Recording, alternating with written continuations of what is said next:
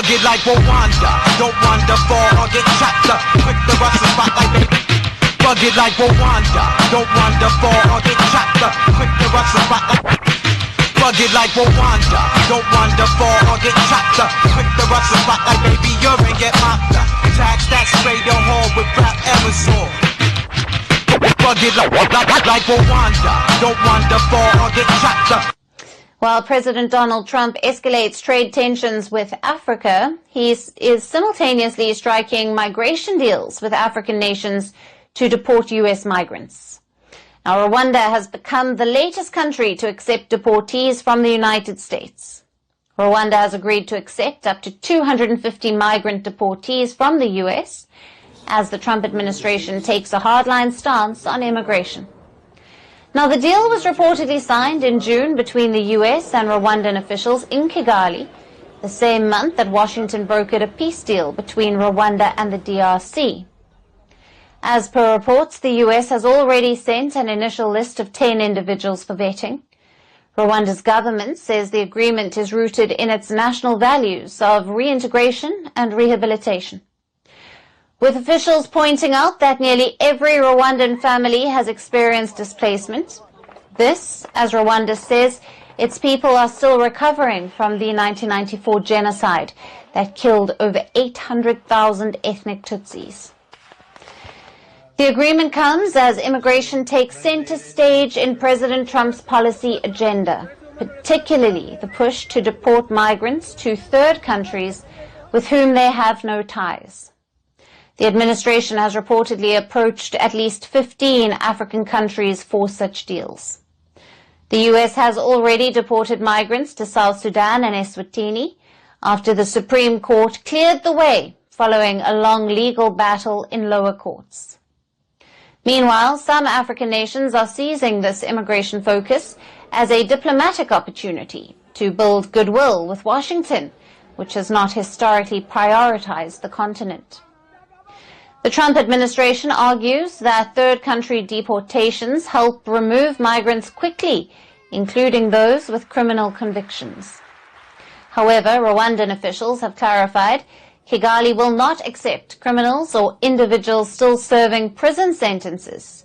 Only those who have completed their sentences or have no criminal charges will be accepted. This, as there is no legal agreement that allows Rwanda to host convicted persons still serving time in the U.S. Rwanda will receive U.S. funding in the form of a grant to support immigration processing and training programs for integration. This is not Rwanda's first migration deal. Kigali has positioned itself as a destination for migrants that Western nations want to remove. The United Kingdom struck a migration deal with Rwanda in 2022 to send third country migrants who entered the UK illegally.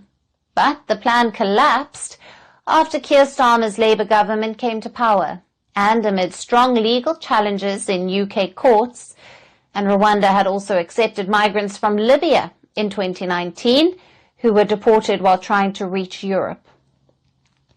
But these deals have been met with sharp criticism inside Rwanda.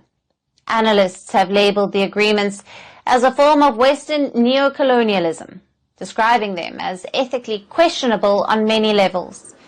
They argue that Rwanda, or any African nation, should not shoulder the burden of migration crises created by wealthier Western countries.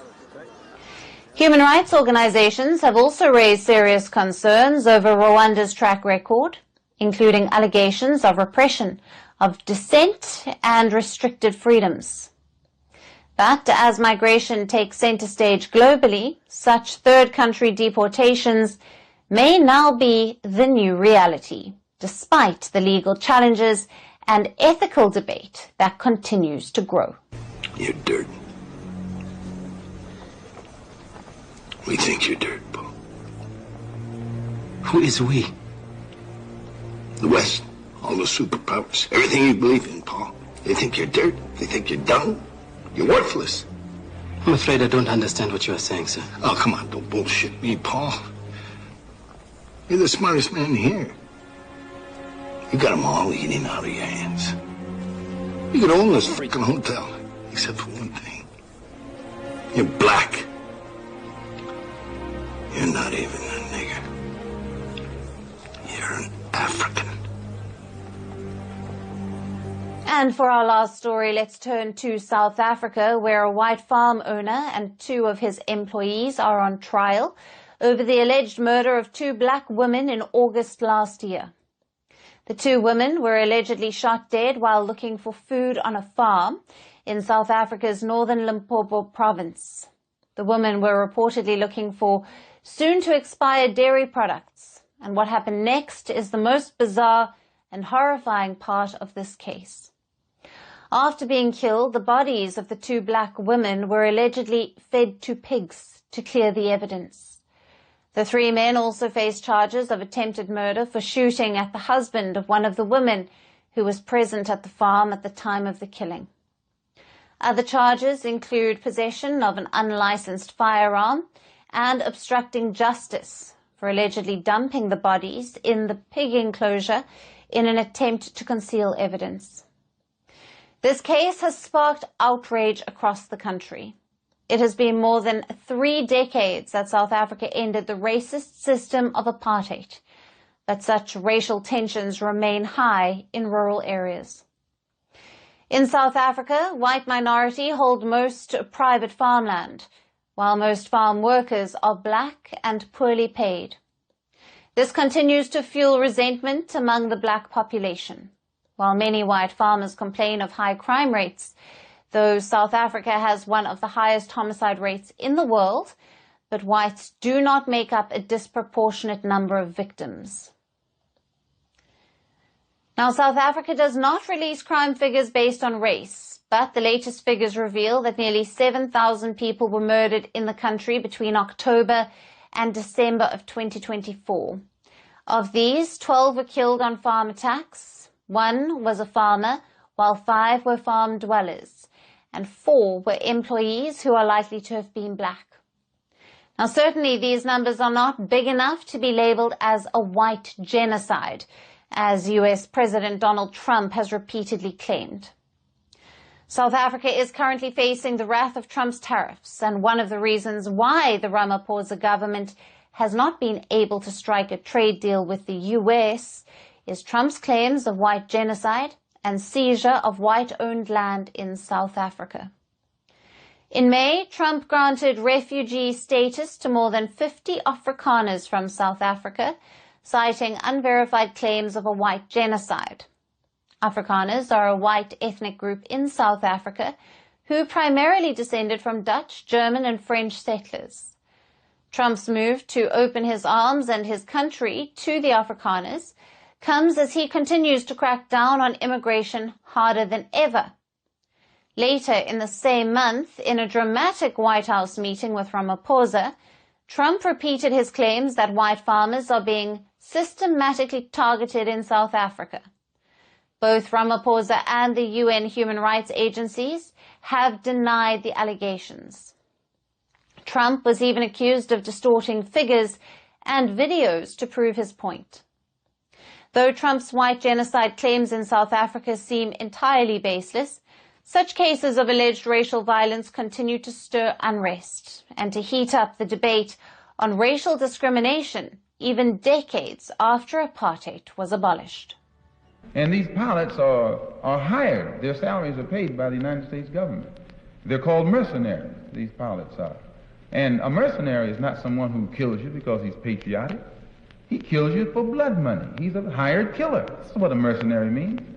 And they're able to take these hired killers, put them in American planes with American bombs, and drop them on African villages, blowing to bits black men, black women, black children, black babies, and you black people sitting over here cool like it doesn't even involve you. You're a fool.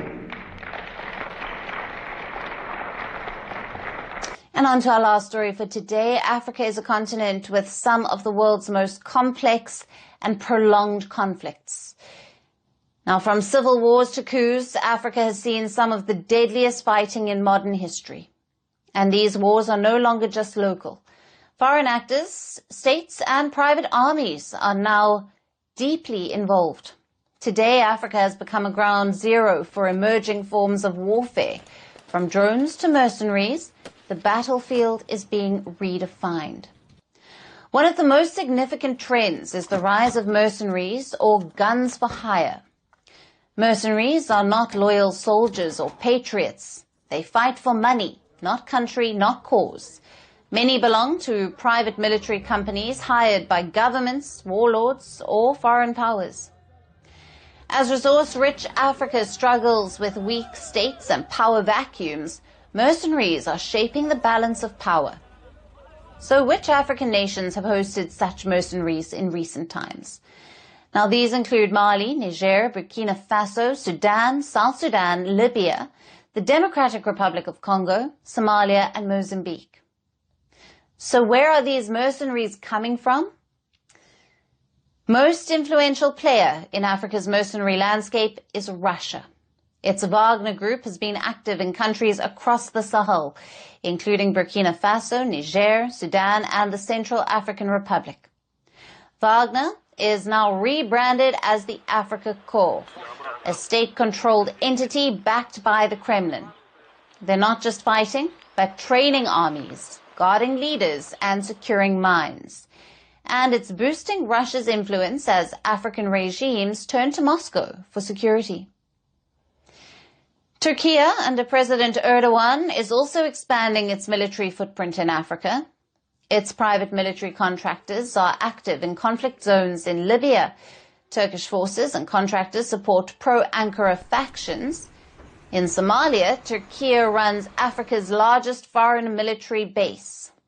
Here, Turkish troops train Somali forces, some of whom are aligned with Turkish security firms.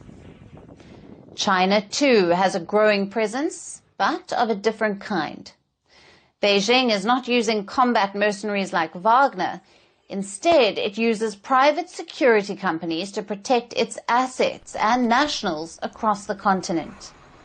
With over 1 million Chinese workers in Africa and billions invested in countries like the DRC, Kenya, Ethiopia, Tanzania, Angola, covering sectors like mining, oil, and infrastructure. So why are these foreign nations deploying mercenaries? Now, the reasons are strategic and deliberate: to exert influence without formal troop deployments, to control natural resources like gold, oil, and cobalt, to prop up regimes that align with their interests, and to shape the future of Africa without accountability. Mercenaries offer a way to fight wars in the shadows, and Africa has become the ideal battleground. But mercenaries are not the only tool in this new era of warfare. Drone warfare is rapidly transforming Africa's battlefields. In the last 2 decades, at least 31 African countries have reportedly acquired thousands of military drones. Drones are now used for targeted strikes, border surveillance, and exploration. In conflicts like Sudan, Ethiopia, and Libya, drone attacks have killed scores of civilians, destroyed infrastructure, and changed the tide of battles. In Sudan's civil war, drones have become a daily weapon, used by both sides to strike rivals and to control key territory. So whether through mercenaries or machines, the face of war in Africa is changing, and foreign powers are at the center of it. The question is, who really controls Africa's wars, and who is paying the price? The Watcher, the Watcher, the Watcher, the Watcher, the Watcher, the Watcher, the Watcher. The Kansas City Transportation Authority already equips its buses with cameras. But now they're upping the security on some of the most frequently used bus lines by installing AI-powered cameras. Chuck Ferguson is the Chief Operations Officer for the KCATA. He joined Steve to explain what this new measure has to offer. How did the KCATA get the money to install these AI-powered cameras, Chuck? We have a grant from the state of Missouri, that's specified for security. So we're doing two things with this money. One is this AI-powered camera project, and the other is we're hoping to get an ambassador program off the ground in time for the World Cup. And what does that look like? What's The ambassador program is going to be a communication project. We're going to have people on the streets, much like you see downtown, where the downtown council has the guys and gals in the yellow jackets. They do some cleanup. They visit with people. They point people in the direction of where they need to go. We foresee something similar with our bigger stops, our most used stops, particularly where we might be meeting with a streetcar and ATA buses as East-West buses hit the streetcar line. Helping visitors of town navigate our bus system, Absolutely. Yeah, okay. How much money are we talking about with these new AI-powered cameras, Chuck? Is that amount fixed only for this pilot program? Or yeah? It is fixed only, Steve. We have a pilot program that we put through our procurement department in 2021. And it's limited to $100,000 max. It's limited to 2 years. So this project it fits within those guidelines. We cannot use federal funds for that project. We have to find local or state funds for it. So all of those boxes are checked for this project. This first year, with maybe a handful of buses with up to 5 AI cameras, is a $50,000 a year program, and it might mature into the second year for the same amount. You're saying some buses might have as many as 5 cameras? That's correct. Why so many? Well, we're trying to figure out what the sweet spot is. So each bus today is equipped with 8 cameras. There's 4 outward facing and 4 inward facing. The outward facing, obviously, for accidents, for make sure that, when people are walking in front of the bus, that if something happens, we can see all that. They're really primarily used as an after event issue. If something happens, if there's an accident, if a rider claims something happened interior with another rider or perhaps with the driver, we can review those incidents and see what happens. The AI cameras, and maybe 5 different locations, we're looking at a couple facing outside and a few facing inside, are going to be more active. And the AI, it reads things, it reads people, it reads movements, and it can send an alert. Then we can actually go in for a live look if we need to. So the 5 cameras, up to 5 cameras, and maybe as few as 3. We're still trying to find that sweet spot of what it might look like, because we're the first to do this. Nobody else has done this yet. Anywhere in the country, as far as we know.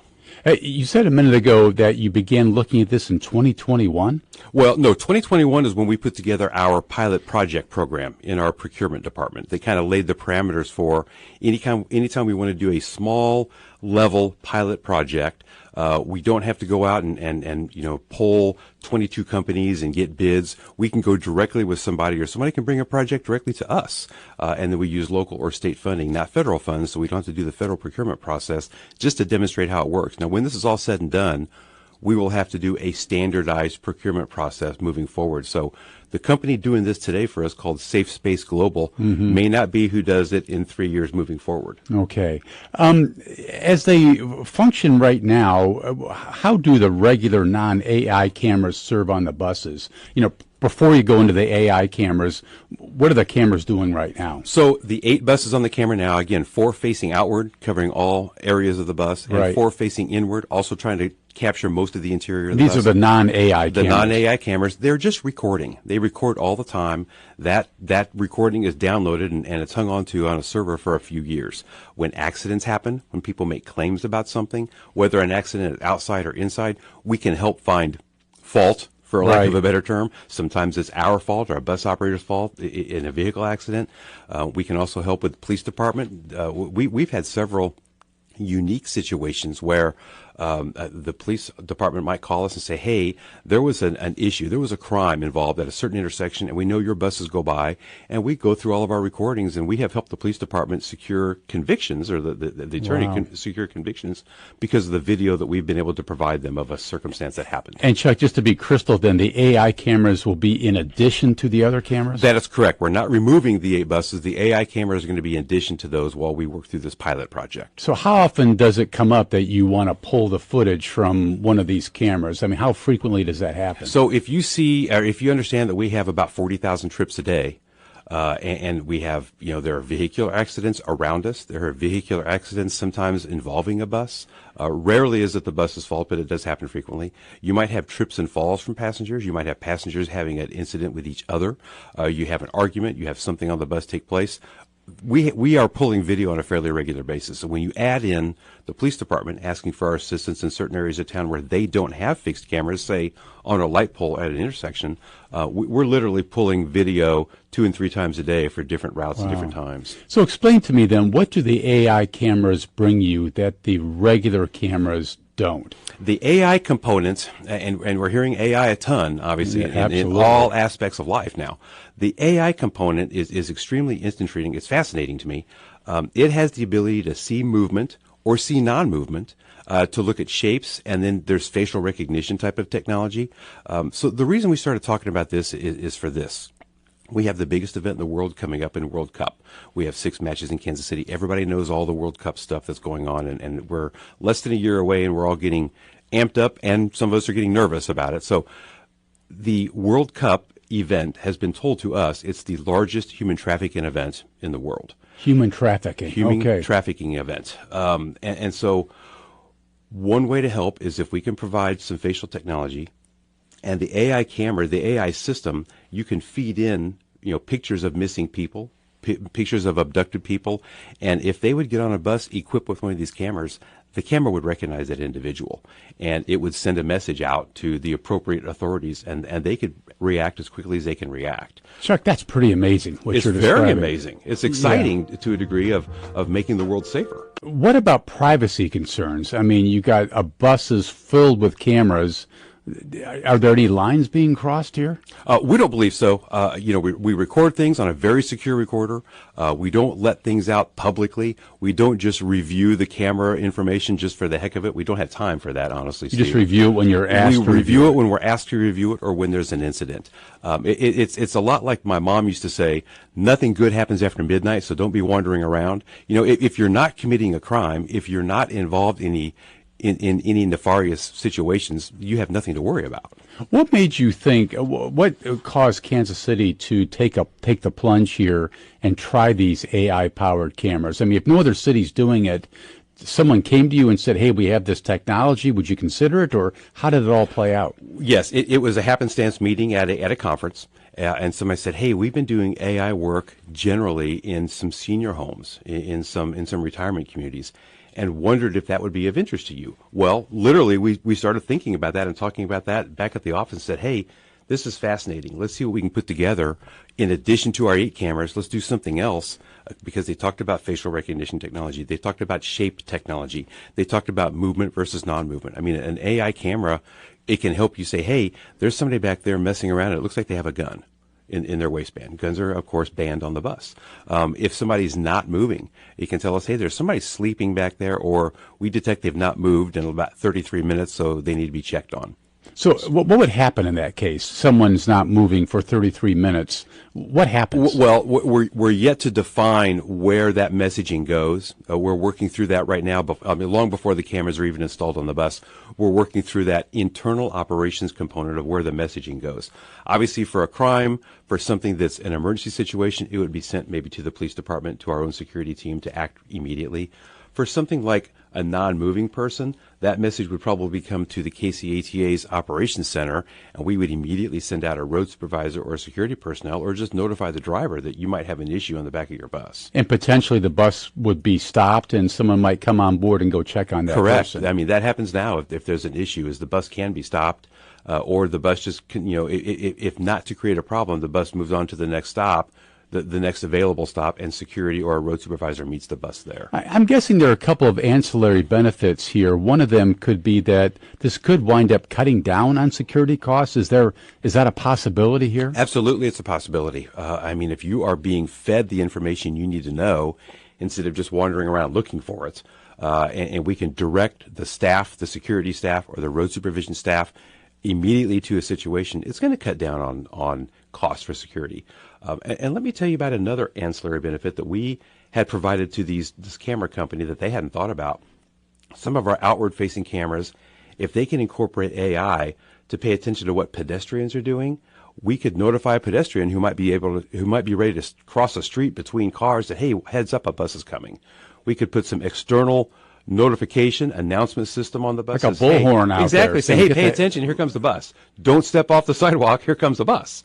We believe that that would help a lot with near pedestrian concern, near pedestrian accidents, or even real pedestrian accidents. And it was hot. It was so hot. It was like 95, 100 degrees in the shade. The wind never blew. And they say that New Orleans has humidity down there, which kind of cools us off. That's bullshit. It was death heat. Inside the convention center was so stifling hot, people tried to stay outside. Hot as hell, 100-something degrees. It's hot. It was very, very hot at that time. It was 97, 98 degrees. It was hot. The heat radiating off of the highway at night was intensely hot. It's hot as hell. That was the worst summer. I mean, that heat was ridiculous. Man, hot as heck in here. It was beyond Africa heat. If Africa heat was anything like that, like I said before, and I'll say it again, they keep saying go back to Africa. Hell no. Donovan Calhoun Bettis is our musician guide, and he's about as New Orleans as it gets. Music, background, church, school, marching. Your whole life? Whole life. Yeah. Grew up in the city's 7th Ward, head drum major of the famous Marching 100 band at St. Augustine High School. Started his first of many brass bands right after he graduated, and he's still playing today. He says his passion hasn't changed, but the heat is different. It's way worse. And we've had hot summers, especially growing up here, like during the summer. You expect it to get hot. But now it feels like the sun is like right above us.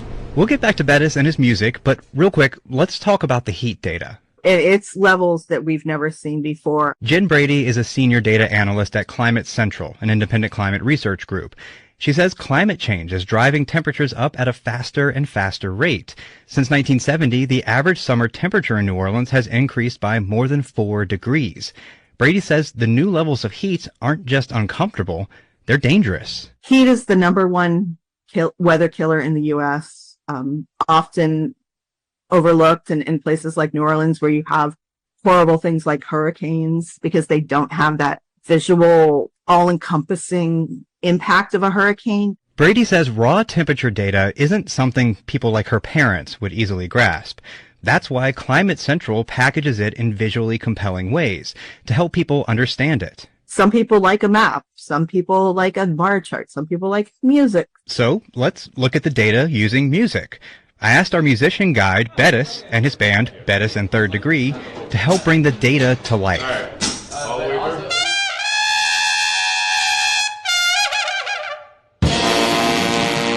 So they're playing a song called Joe Avery's Blues. It's a classic second-line song in New Orleans. It's played at parades and for special events, like funerals.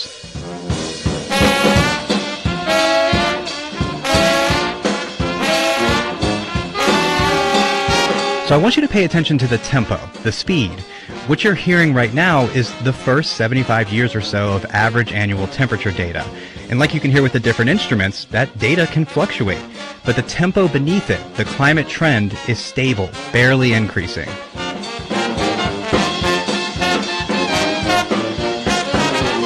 But by the 1980s, the temperature starts to go up more quickly.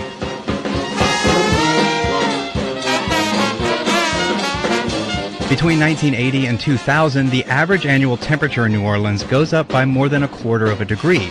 It might be hard to notice, but it is significant.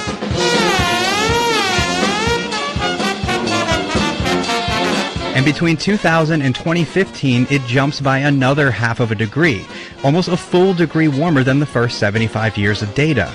And this is where things really start to pick up.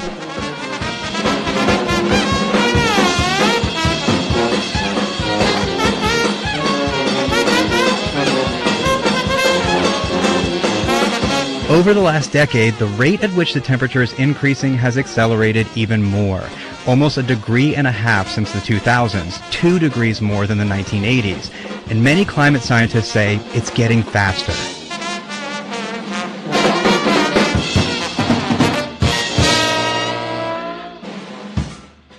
So in addition to being a professional musician, Bettis is also what's known in New Orleans as a culture bearer, someone who preserves and maintains the city's unique traditions. He says the heat affects everything. I don't even see what the preventative measures are or could be to continue the culture the way we do it and still not pass out, be in sweltering heat the entire time. The greenhouse gases scientists like Brady say are causing climate change can linger in the atmosphere. So even if emissions were stopped today, the temperature in New Orleans could continue to rise for decades to come.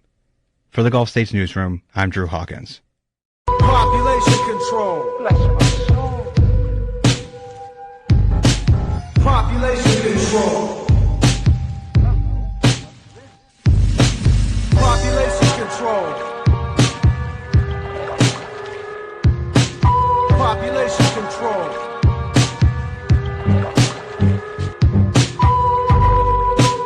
Bless my soul.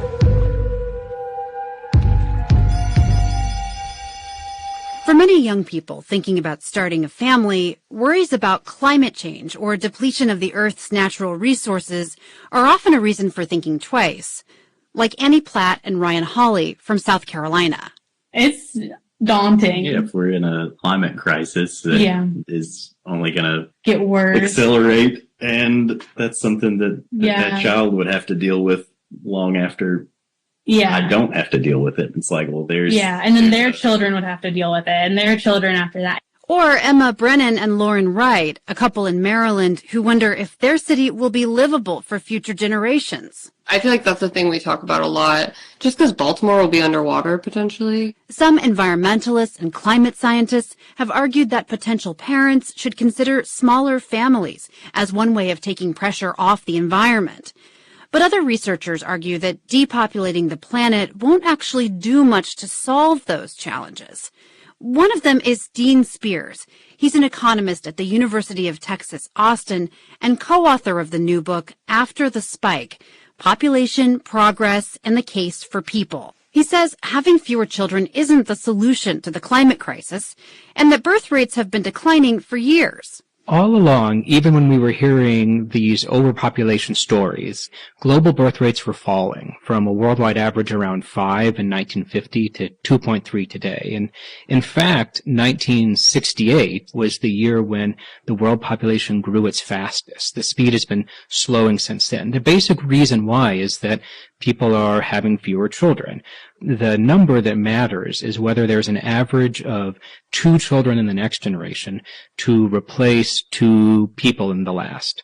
2/3 of people worldwide now live in a country where the birth rate is below this 2 for 2 that would stabilize the population. And the U.S. is at 1.6. So pretty soon after the whole world crosses that 2 for 2 threshold, global depopulation will start. But it's a path we've been on for not just decades, but centuries as birth rates have been falling.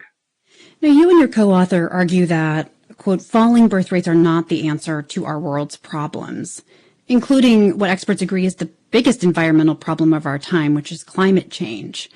Why not? I mean, doesn't fewer people mean fewer carbon emissions?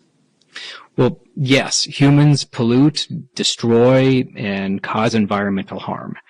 But global depopulation, starting in a few decades, won't solve our important climate challenges or other environmental challenges because the timing is too slow and too late.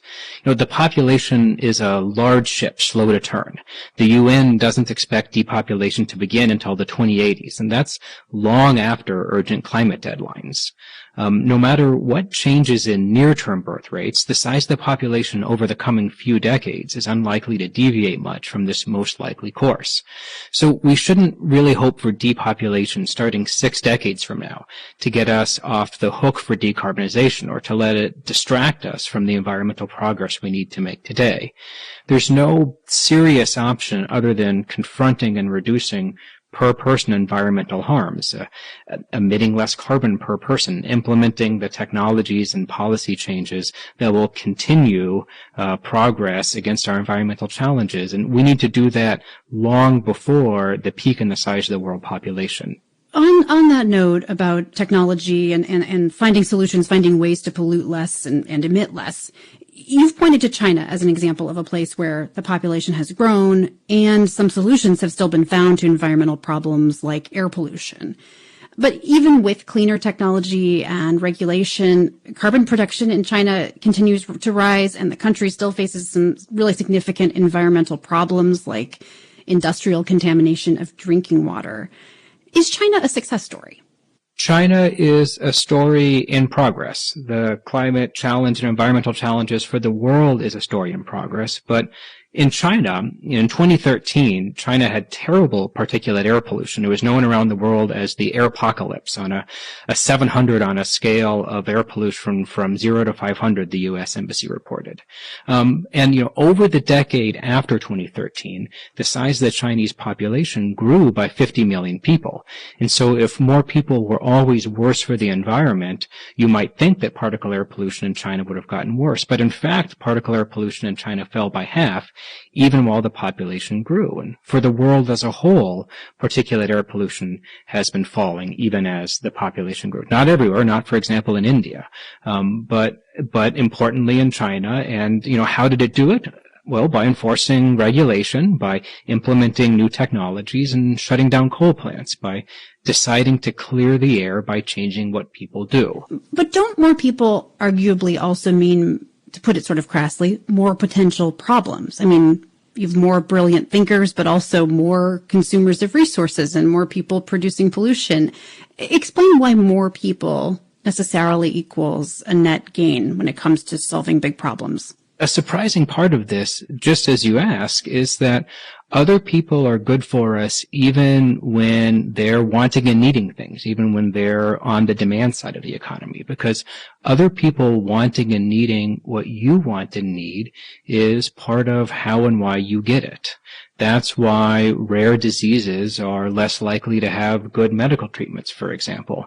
It's not feasible to do the sort of research to find cures if there aren't enough people who need it. And, that's why something like public radio has important scale effects. So public radio, like, new vaccine recipes or like cures for new diseases, has this important property where once you have something, many, many people can use it. But if there aren't enough people who need it or want it or demand it, then it might never exist in the first place. So in a depopulating future, less public goods, innovation, healthcare will be feasible, and it'll be harder to continue to make progress against poverty and disease and towards better living standards. And I just feel like I need to say that we did not put you up to using that example. I feel like I hear in some of your comments almost a worry that we have collectively become too negative about children and about the future. Is that fair? Well, one of the things that we've definitely done is haven't done a good enough job sharing the burdens and costs of creating the next generation. We've created a society where some people do important work and some people do care work, and frankly, we've put a lot of the burden of parenting on women. And so it's no surprise when a lot of people choose not to do it. I'm not here to say that anybody's making a mistake when they look at the world as it is and decide not to or decide to have children. But we might all be making a mistake together if we're not looking ahead to building a future where parenting is fairer and more feasible, and so more people who want to be parents can choose to be. Dean Spears is an economist at the University of Texas, Austin, and the co-author of the new book, After the Spike, Population Progress in the Case for People. Thanks so much for being with us. Thanks for having me. You see, but they're very unhappy about their appearance. I think there's an article in the handout about a white woman who was in Hawaii, and she said that being around the Hawaiian people and the Asian people, and she said she was tall and white and pale, she said she felt like a freak. And so then she started getting involved in genetic science. Genetically engineered humans may still sound like the stuff of science fiction, but the quest to create genetically modified babies is getting a reboot. NPR's health correspondent Rob Stein brings us the story. About a year before the pandemic hit, a scientist in China, He Jiankui, revealed that he had secretly engineered the birth of the first CRISPR gene-edited babies. Two beautiful little Chinese girls named Lulu and Nana. came crying into the world as healthy as any other babies a few weeks ago. The birth of the twins was reviled as reckless and unethical because, among other things, CRISPR gene editing was so new. China imprisoned him for 3 years for violating medical regulations. Fast forward to today. Most scientists and bioethicists still say that gene editing of human embryos to produce children would be irresponsible. But Silicon Valley startups, East Coast entrepreneurs, and some so-called pronatalists who fear declining birth rates pose an existential threat are eager to try. Alta Charo is a lawyer and bioethicist from the University of Wisconsin. You've got a convergence of people who are thinking that they can improve their children, whether it's their children's health or their children's appearance or their children's intelligence, along with people who are comfortable using the newest technologies and people who have the money and the chutzpah, the daring to try and do this through starting companies that would bring these forces together. In fact, the first private company just announced plans to pursue editing human embryos. Entrepreneur Kathy Tai co-founded the startup in New York City. It's called Manhattan Project. Manhattan Project will explore how to do gene correction in human embryos more safely. But we want to be the company that does this in the light with transparency and with good intentions. Tai's Manhattan Project plans to test newer, potentially less risky gene editing techniques to hopefully prove it would be safe to modify embryos to make healthier babies. Tai says she'd only try to prevent diseases. I think there's so many diseases that have no cures, and there's not going to be a cure for them for many more decades.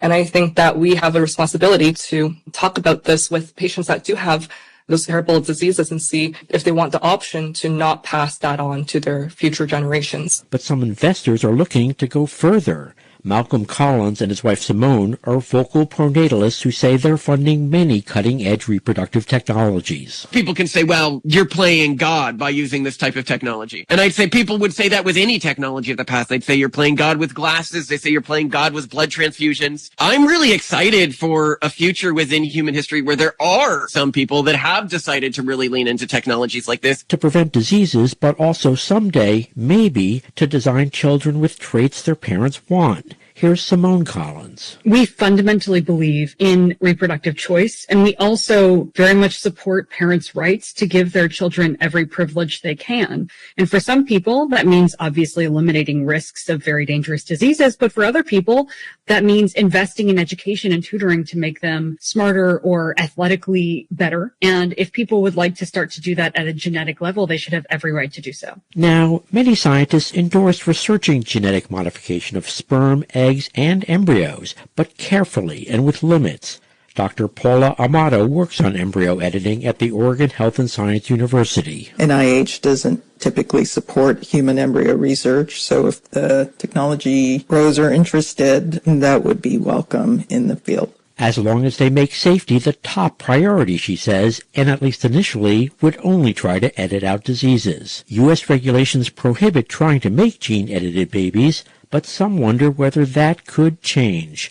Glenn Cohn is a lawyer and bioethicist at Harvard. There's a president who has some advisors and some political forces whispering in his ear that have a decidedly pronatalist bent that are interested in these technologies. All of that is opening up a moment where some of what would have been unthinkable may now become possible. For many, all this sets off alarm bells. Hank Greeley is a bioethicist at Stanford. Move fast and break things has not worked very well for Silicon Valley in healthcare, because when you talk about reproduction, the things you are breaking are babies. And I think that makes it even more dangerous and even more sinister. And remember the CRISPR baby scientist? Since getting out of a Chinese prison, he's gone from repentant to defiant, and is vowing to resume working on gene-edited babies too. Tai, the Manhattan Project co-founder, was briefly married to her, but says they recently divorced and that he has nothing to do with her new human embryo gene editing company. Rob Stein,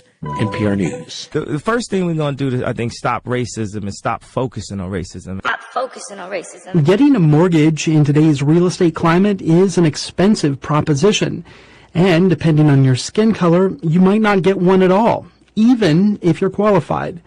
And a report out earlier this summer found Metro Atlanta saw especially wide mortgage access gaps based on race.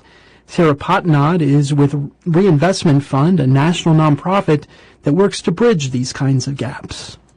So we know from other research that borrowers of color face additional barriers to homeownership. But what we were looking at in this report is not that. We were looking based upon well-qualified borrowers of color. We said for these well-qualified borrowers, are they still facing barriers to access? And unfortunately, what we found is yes.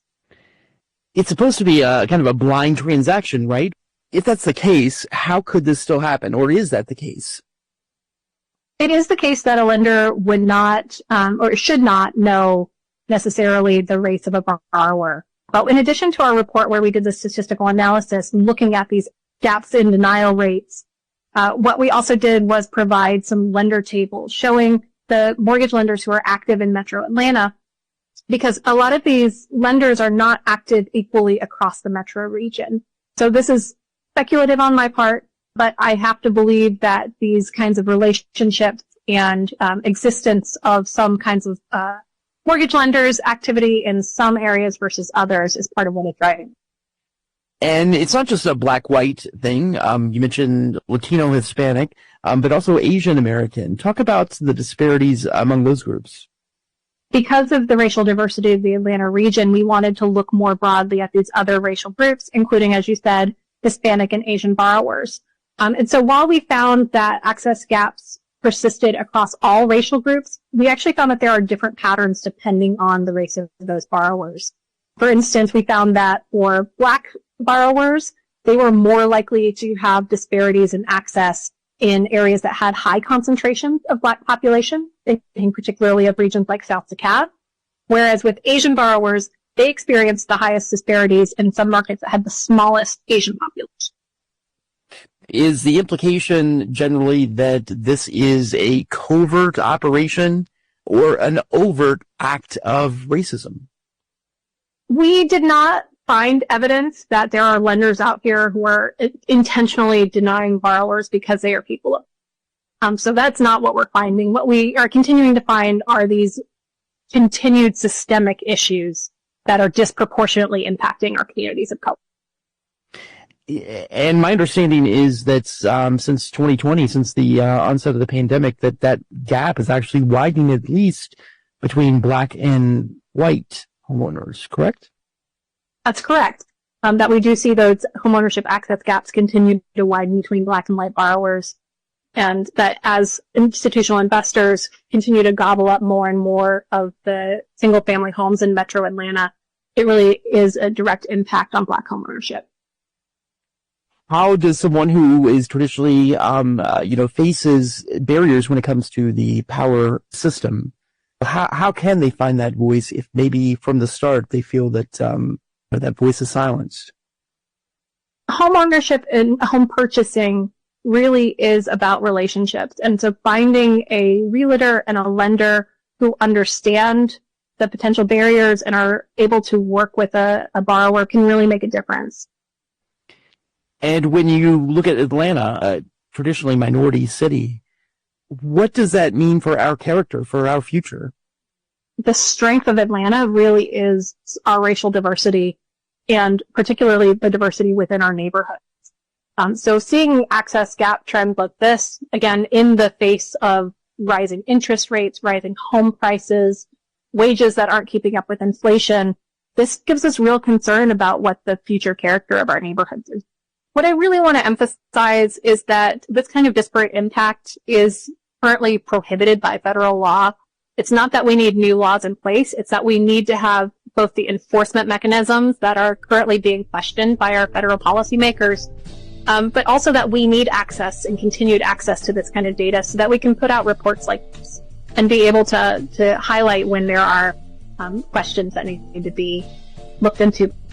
Sarah Potnod is the Southeast Director of Policy Solutions at Reinvestment Fund.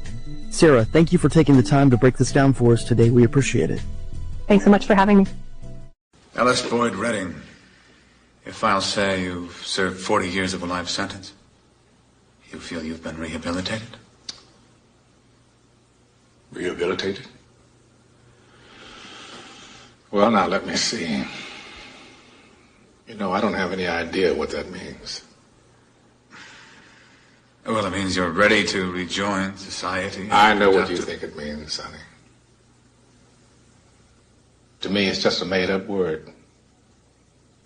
A politician's word, so that young fellas like yourself can wear a suit and a tie and have a job.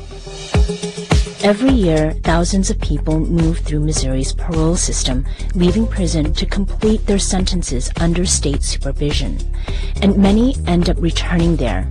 In fact, about 50% of all the people detained in Missouri prisons are there because of violations of conditions of release. The state's parole system is now under the spotlight. Under an executive order by Missouri Governor Mike Kehoe, a group of experts has been assembled to come up with recommendations to improve the system, one that governs the lives of more than 50,000 people. The group's first meeting took place earlier this summer in June.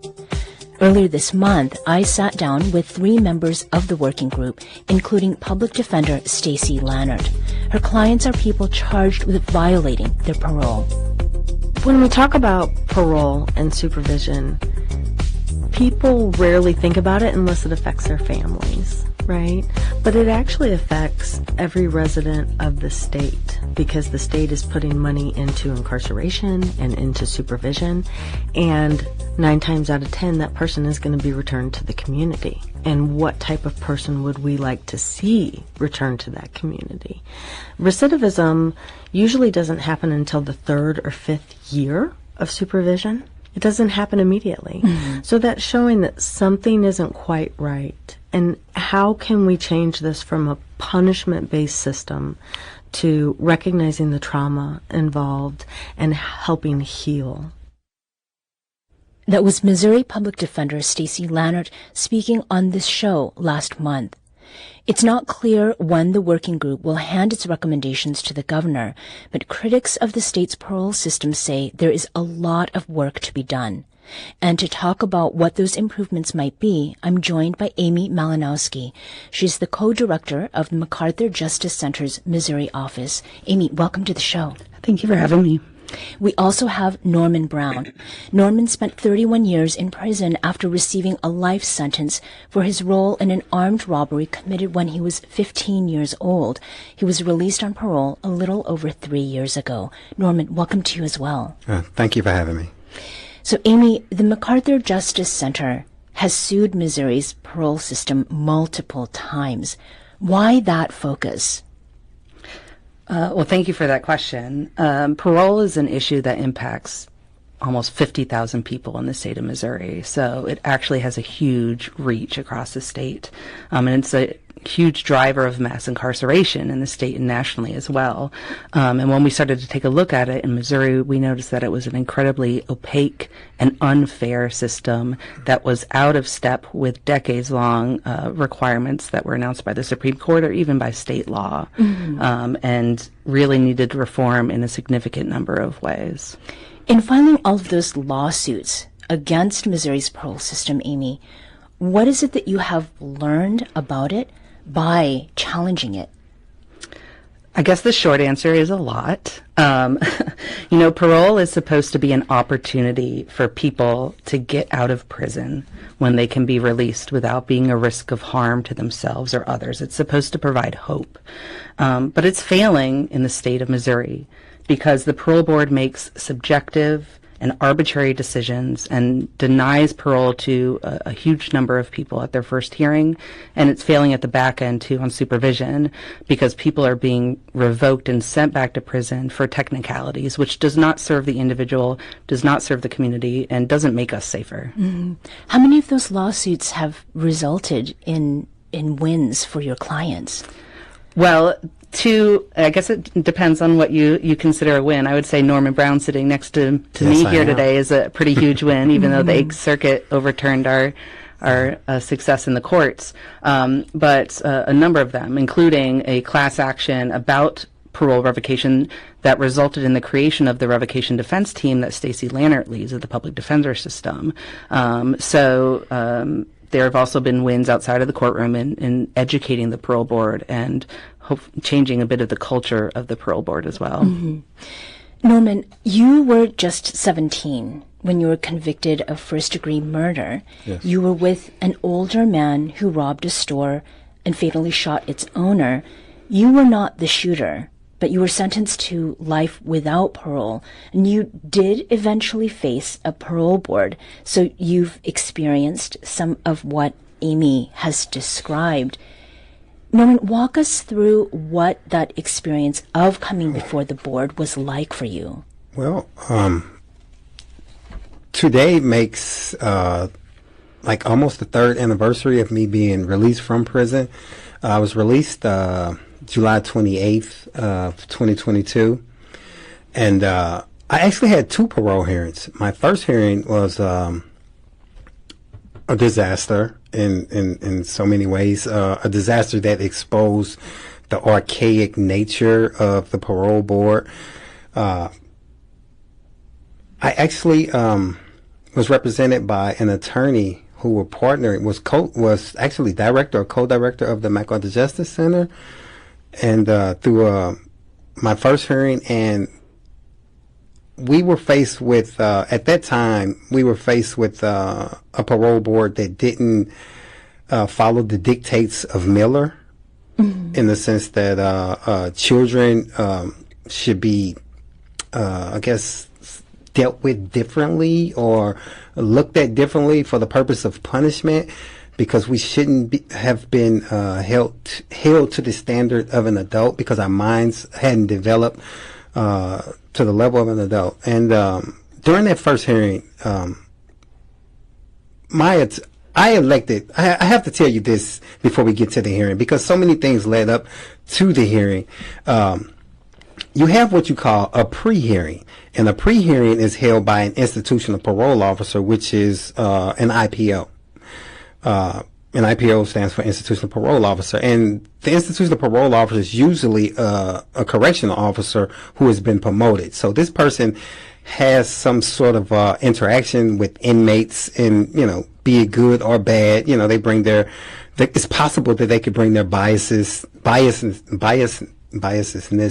I guess, to the table when dealing with inmates now, that they have this particular power. And just so happened, my IPO was a guy named Jared, and Jared was known for being one of the COs who took an aggressive approach to inmates, and it just so happened that he was the IPO now, and so I had to deal with him. And looking back, with hindsight being 2020, looking back, he brought those biases to the parole sphere, and so in my case, during the IPO hearing, the pre-hearing, I told Mr. Jarrett that I was bringing my attorney as my representative, because you can have one representative or one delegate or one person to support you through your parole hearing, and that was frowned upon.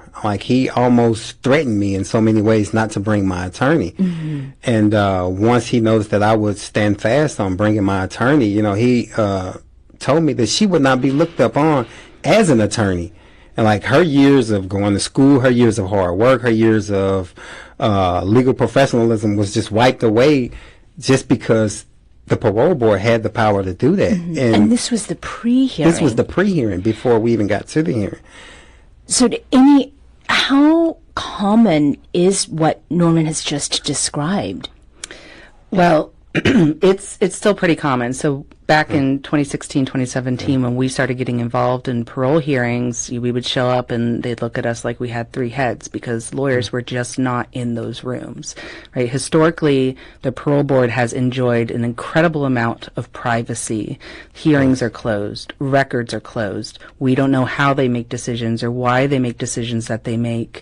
And so to have anyone in those hearings that might, be holding them to account really rubbed them the wrong way. And and Norman is one of your clients. So when he was sentenced as a teenager, he didn't have the right to parole, and it took years of lawsuits to force the parole system to acknowledge that as you said, Norman, you mean people who are sentenced to prison as juveniles, they do need to be treated differently. Their, prefrontal cortex is not completely developed yet. I mean, to what extent has the parole system actually addressed that issue? Well, one of the positive outcomes of the lawsuit in which Norman was a lead plaintiff was requiring training on adolescent development for parole board members and parole staff. Because to the extent that they considered youth at all before that, it was actually as an aggravator rather than a mitigating factor. So this training is provided and actually gives them hopefully a decent understanding of why youth matters and why it matters in ways that mitigate culpability for crimes. Mm-hmm. And Norman, you are serving your sentence right now on parole.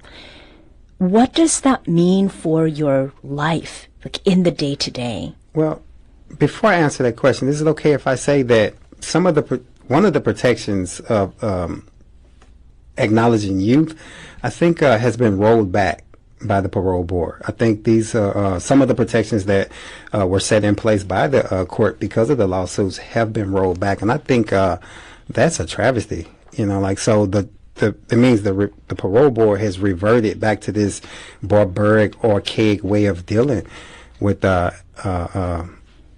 inmates of my class, or just inmates in general. And I think that's and I just wanted to make that to her point. Yeah. At least let you know that these things have been rolled back. So I do believe that reform is mandatory. It's a must. Now, to your question, I'm grateful because my friend and her colleagues have really fought really hard for us, for myself to be home and to be free. And my day-to-day is I go to work. I enjoy my work. I enjoy what I do. I actually own a business. I'm starting another business, and I check in with my parole officer. I'm very conscious of the things I do. I don't drink alcohol. I don't do drugs. I don't jaywalk. I don't blow stop signs. I'm very conscious of my day-to-day life because I am on parole. And as Amy spoke, I know people can be violated for just the littlest things. And so I'm like extra careful. I'm always not on edge, but on my toes when it comes to the things I do, the places I am, and the people I be around. Amy, we're talking about what Norman is experiencing, what he has experienced in the context of this working group that has come together under the executive order of Missouri Governor Mike Kehoe. You were at the first parole working group meeting in June. What did you think of it? Well, that's a great question. I think we're limited in our time. I agree, first of all, with the chairman's statement that this is a once-in-a-decade opportunity. What a tremendous opportunity to take a hard look at these regulations that, impact the freedom and lives of countless Missourians. And I was cautiously optimistic, which is why I wanted to be there, which is why I've been sort of hounding the group to let me join in on the fun a little bit. And I have to say I was really grateful for the folks who spoke, especially Clifton Davis, who I thought made some great points. I was grateful for the opportunity to speak. And I've been disappointed ever since with sort of the failure to, walk the walk, so to speak. Sometimes it's not even clear what parole rule a person has violated to be sent back to prison or what they can do to address it. That's what happened to Terrell Robinson. He served 20 years in prison before his release on parole. He admitted to his parole officer that he used marijuana and alcohol and planned to seek treatment. He was never charged with a crime. But in 2009, he was sent back to prison, and he's still there 16 years later. Yeah, I mean, the parole board it's a draconian system, and it's cruel and it's severe. And I'm saying, when we put ourselves in these positions, they look at parole as a right, not a privilege. And so, we're at their mercy, whether we believe it or not. And they, you can only bring one delegate in. They can bring as many witnesses in as they want. So, the table is kind of stacked in their behalf. But, if I can take back everything in my life, man, you know, it most definitely would be not to come back in the grips of these particular people that I'm dealing with now. That was Terrell Robinson, currently incarcerated in Missouri's Northeast Correctional Center. Unless something changes, he is due to be released in 2037. That if you want ultimate expression of white supremacy and the white supremacist mentality, and you want to put it in the form of one person that I would name, and that's something I very seldom do, it would be Jeffrey Dahmer. He's the ultimate expression of white supremacy. Everything that he was doing, working in a chocolate factory, the whole 9 yards, storing black male bodies in canisters of lye and alcohol and whatnot, got them in the refrigerator, and cannibalism and all of that, and calm, very methodical. Even when questioned by the law enforcement officers, very calm. Hannibal Lecter. Frozen femurs in the freezer. Jeffrey Dahmer. Out to the legal landscape, our legal analyst, attorney Dan Adams, joins us every Monday to break down the biggest cases happening across Wisconsin and the country. Dan, good morning to you. Good to see you. On Friday, a judge sentenced Maxwell Anderson to life in prison without parole for killing and dismembering 19-year-old Shade Robinson after a first date in April of 2024. It was one of the first times that we've heard from him in court on Friday. He maintained his innocence, said he didn't do this. So now what are his options post-conviction and post-sentencing? Hey, good morning. And his statement in court tells you that he's probably going to avail himself of his appellate rights. Maxwell Anderson, just like any criminal defendant in the United States, has a right to counsel beyond the trial court into the first stages of a criminal appeal. A criminal appeal basically means he will have either a court-appointed attorney or go out and hire his own appellate attorney to review all of the actions in the trial court level, look for mistakes. Usually in a successful appeal, what will happen is the appellate attorney will find something that was raised at the trial level, a Fourth Amendment, a Fifth Amendment, or a Sixth Amendment type challenge to some evidence, and revise that argument and say that the trial court made an error and the Court of Appeals has to correct that.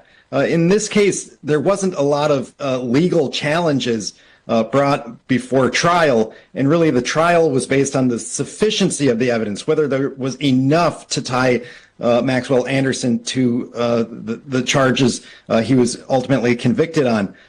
Court of Appeals don't like to attack those type of convictions to put themselves in the place of the jury. So as it stands, Maxwell Anderson does not have many great issues for appeal, but he certainly has the right to go through those motions. We probably won't hear anything from the Court of Appeals or even his appellate lawyer for months, if not years. Yeah, and we have heard from his legal team that he does plan to appeal the conviction, so much more to come from that.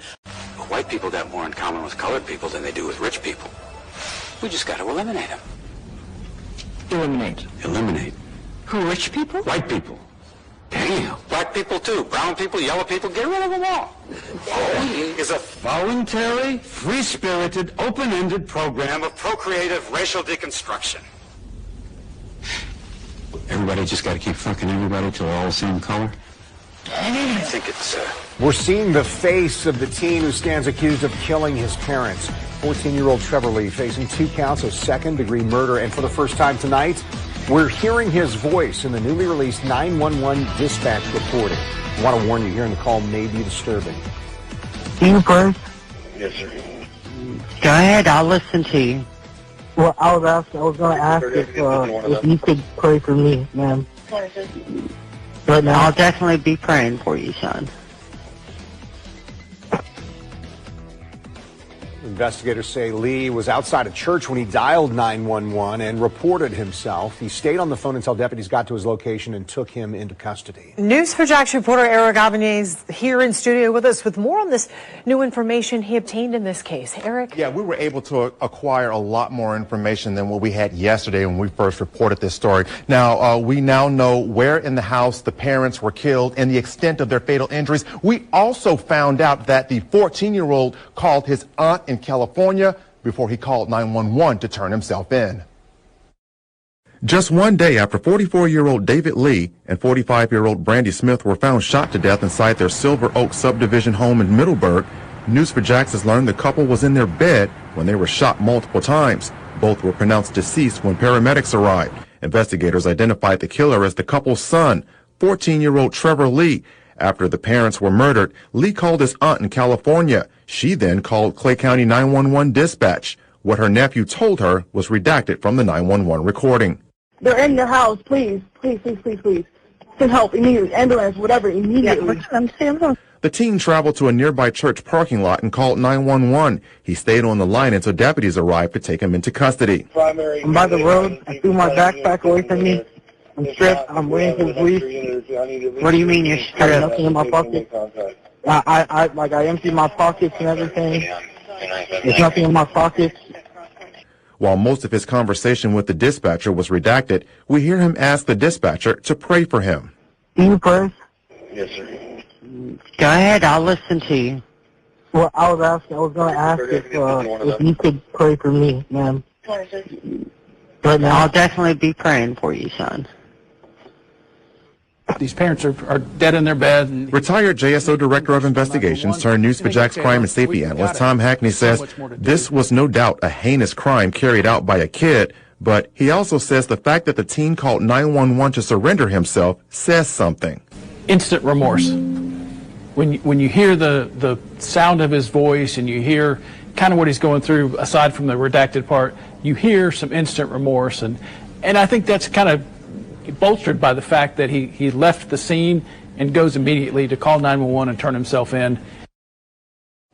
Now, the 14-year-old remains in custody at the Regional Juvenile Detention Center in Jacksonville. So far, he has not been charged as an adult. The Turner Diaries. Sold over 500,000 copies. Who do you think is buying it? Eric Rudolph, the Olympic bomber, Wade Page, who shut up the Sikh temple, Larry Ford, developing typhoid and cholera, William Carr with the cyanide bomb, anthrax, ricin, botulism, C4, IEDs. I could go on like this for hours, and all of them are white supremacists.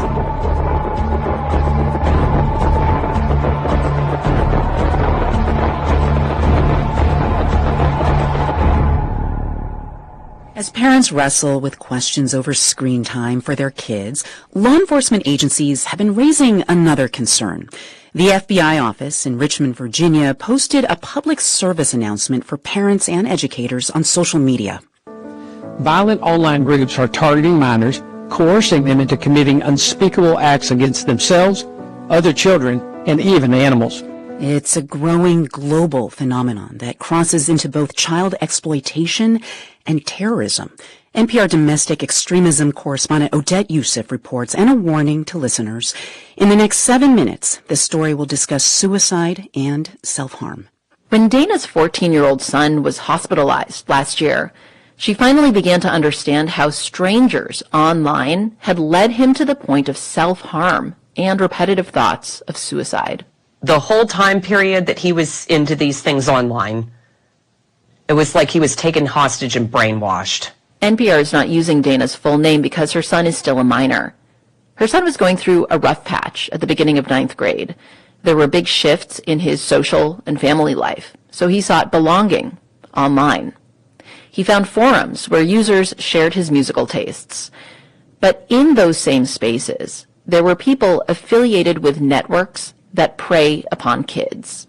They get you to follow these different accounts and view these different websites, and the algorithms just help that process along. The sites that Dana's son started frequenting completely changed his perception of the world around him. They were gore websites. They featured graphic imagery of real life and AI-generated violence. And it creates, where you're so flooded with this content, it desensitizes you to violence. And it changed his personality. Dana says the happy kid she'd been raising with musical ambitions became very dark. He was talking a lot about there was no meaning to anything. It was hopeless. Everything was meaningless. There was no purpose. And that was, again, very unlike him. Dana came to learn that her son was being influenced online by groups that the FBI now calls nihilistic violent extremist networks. These are decentralized networks of people online across many countries. They seek out vulnerable kids, make them feel accepted, then inculcate them with a sense of nihilism and a desire to gain respect online by engaging in self-harm or harm of others. It's a form of coercive control. It's that drip, drip, drip, and you don't realize how bad it is until maybe you're out of it. The most notorious of these networks are called 764 and Cult, but there are others. Predators in these networks are known to coerce children into sending them explicit photos or videos. They solicit images of kids harming themselves and others. In the U.S., they've been linked to some school shootings. And in other countries, kids are also falling victim to the influence of these groups. RCMP have arrested an Edmonton area teen on suspicion of terrorism. In Canada, a 15-year-old was recently accused of plotting a terrorism offense in connection with these networks. In May, a Free Lady Gaga concert at Copacabana Beach in Brazil was nearly the site of a bomb attack. A plot, they say, had been orchestrated by a group promoting hate speech and the radicalization of teenagers. And teens in Sweden have been arrested for live streaming attacks on random elderly victims. It's much larger than Americans understand. William Braniff is former head of the Center for Prevention Programs and Partnerships.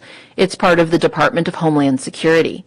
CP3, as it's called, works with local communities to take a public health approach to preventing terrorism and targeted violence.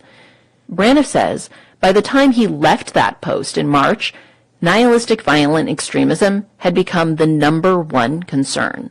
We see the 1 or 2 school shootings in the news and we think, oh, that's a tragic incident. What we don't see is the iceberg below the waterline. Work began during the Biden administration to better define and address this growing problem. Some of that has continued under the Trump administration. Since 2021, about a dozen people have been arrested in the U.S. for their predatory activities. The FBI wouldn't speak to NPR for this story, but in a statement, it says it's pursuing 250 investigations involving these networks.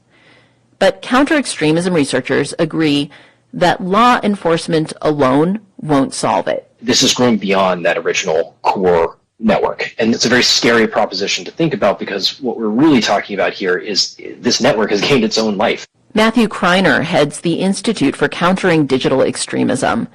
He has testified as an expert in federal cases involving these networks and helped the Department of Justice define this new category of extremist violence. Kreiner says arresting people who establish or orchestrate these networks won't stop them, because what they do is encourage their victims, children, to then become predators. Most of these behaviors and the harms that are being perpetrated are peer-to-peer. So it's happening from youth to youth, and they're bringing in individuals faster than we can disrupt. Kreiner, Braniff, and others say prevention needs to be the focus. That would look like educating teachers, parents, and health sector workers to spot warning signs that a child is involved with these networks. And it would shore up therapeutic resources to help kids trying to remove themselves from these networks and deal with the trauma of the online content they've already absorbed. But the Trump administration has significantly cut federal resources for local violence and terrorism prevention. Braniff says the office he used to head is down from 45 people to 6. One of them is its new 22-year-old director, a recent college graduate with no experience in law enforcement or national security. And it appears that agency still hasn't solicited applications from local communities for grants for the current fiscal year, even though only 2 months remain. CP3 media representatives did not respond to questions from NPR. Cynthia Miller-Idris of the Polarization and Extremism Research and Innovation Lab at American University says this means that local and state governments will have to step up. She says there's no doubt that at some point they will all see instances of these networks' pernicious reach. I have heard from one after-school practitioner, and they have 4 families who are dealing with this right now, just in their school district that they're working with. Miller-Idris says without resources and coordination at a federal level, what communities do to counter these effects will be very uneven. She calls this category of violence a whole-of-society issue, and one that will require rapid and creative mobilization of resources for communities to address. Odette Youssef, NPR News. And if you or someone you know may be considering suicide or is in crisis, call or text 988 to reach the Suicide and Crisis Lifeline. Deep in the heart. What'd you say now? I said deep in the heart. I can't hear you. Deep in the heart. Where's that? Of Texas.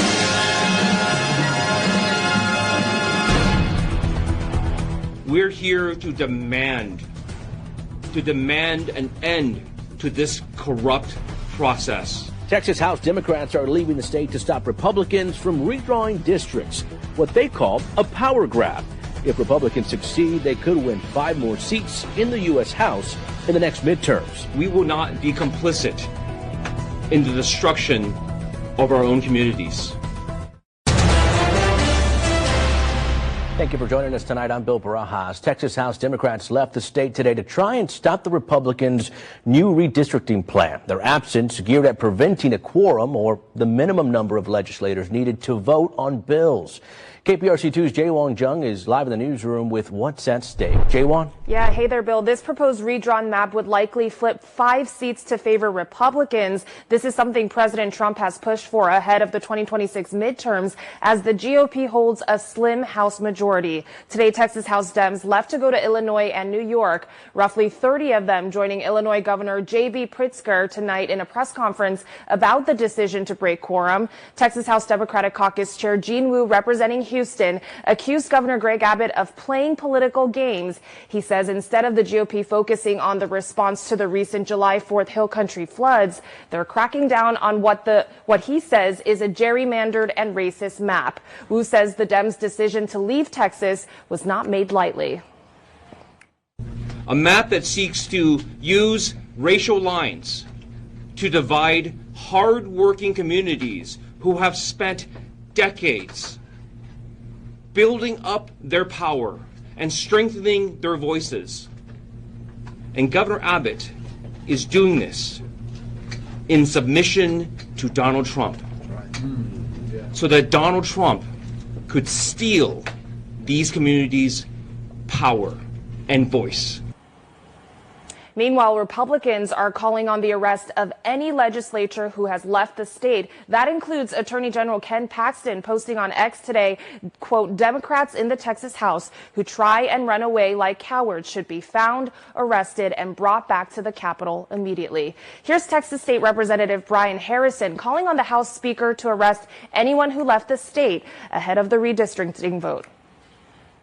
He should convene immediately a session of the Texas House, get him or somebody else to go preside over the body, and immediately move for what's called a call of the House. The call of the House is what would authorize law enforcement to immediately be dispatched to arrest, detain, and bring back to the Capitol for the purposes of establishing a quorum these Democrats. And Governor Greg Abbott just responded, saying in part the absent Democrats must be back in Texas by 3 o'clock on Monday. If they do not, Governor Abbott says he will use Texas law to remove them from office for breaking quorum. In addition, the Republicans put in new rules that would fine members $500 per day for being absent. That rule put in 2023. We're live in the newsroom. Jaewon Jung, KPRC 2 News. This question, why is this stuff happening? The New York Times editorial today. The Trump effect. See, this is what I'm doing with my money, buying newspapers like Dick Gregory. The Trump effect and how it spreads. It says we are on the brink, under Trump, on the brink of fascism.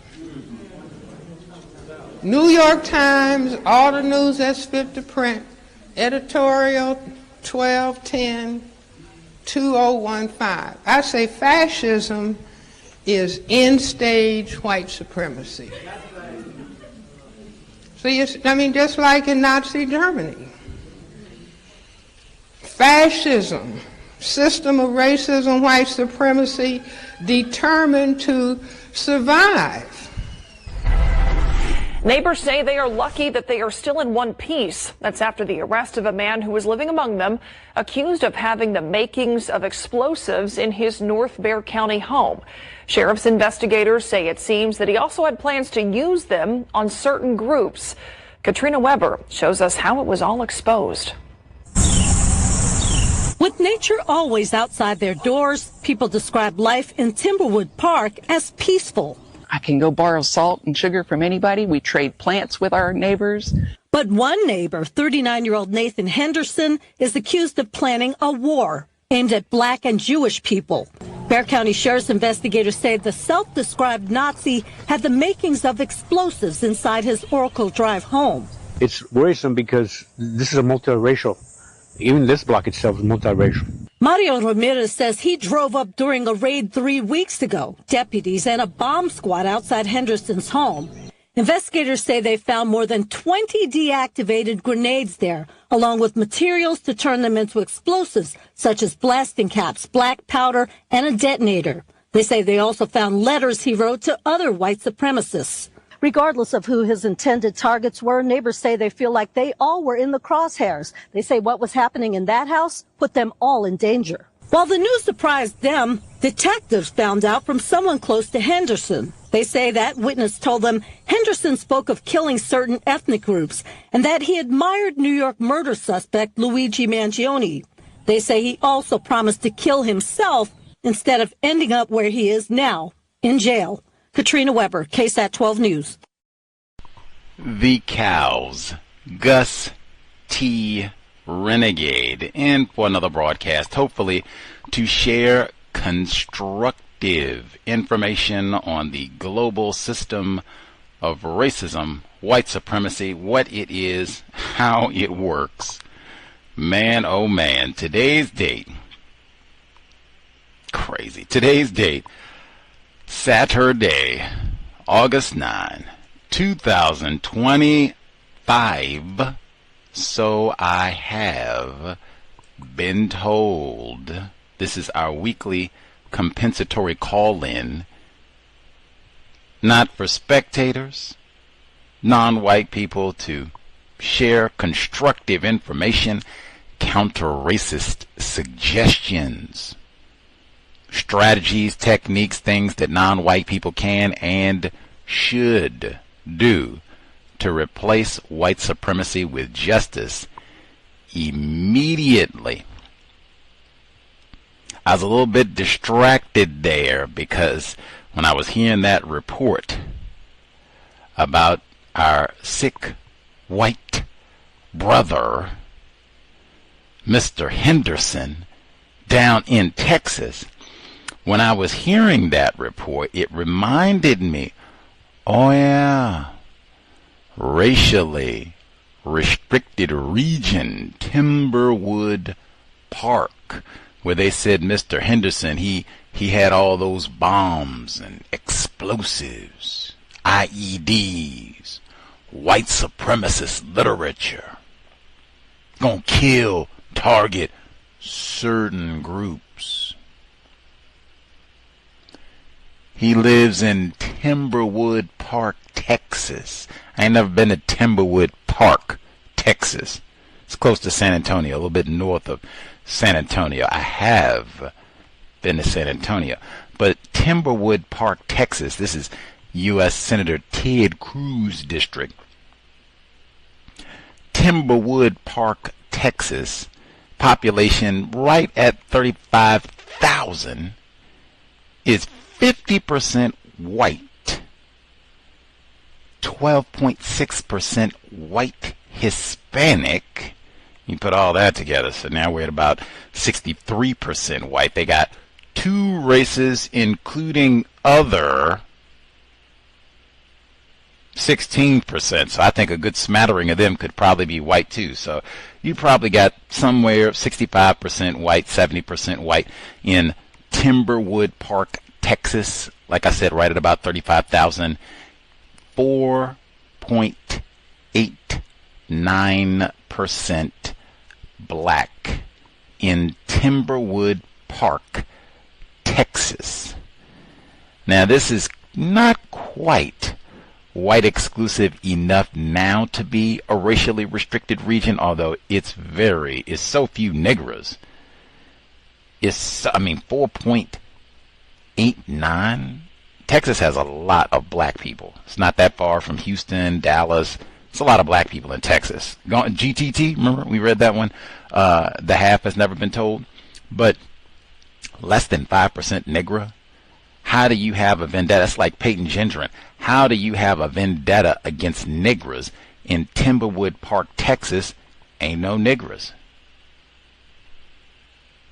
You'd have to turn on, television and, oh man, you got old Emmett Smith on again. I hate that nigger. I don't like no Cowboys. I don't like nothing got to do with no niggers. You get Dak Prescott off my screen too. I don't like no niggers.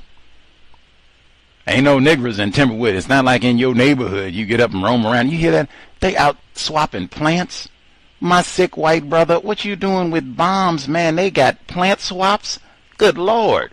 These white people out there probably got all kinds of goodies. Texas, they're going to have some succulents. You get you a cactus, brother.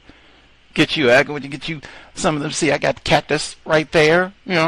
Get you a few succulents. See? I don't do that. I'm going to go get me some grenades, blow up these Negras. You got that Turner Diaries? Waco, because they ain't not that far from Waco either, see? End stage white supremacy. Can't say it enough and for sure this week. We had lots of extra news clips this week because there was so much material. Texas, we could have done a whole 60 minutes worth of news clips just on Texas. Just on Texas. Could have got Henderson in there and the redistricting and all of that. Just on things happening in Texas related to white supremacy racism. Easily. And other things in this part of the world alone, much less pull out completely global system and mercenaries, and they feeding black females to pigs in South Africa. Do what? For that report alone, I don't hear not forever, ever, ever. I don't want to hear nothing. I don't have anything to do with nothing about, we just going to pay attention to things related to black people, Mary Kay, nor am I part of, we're just going to pay attention to things related to black people born in this part of the world.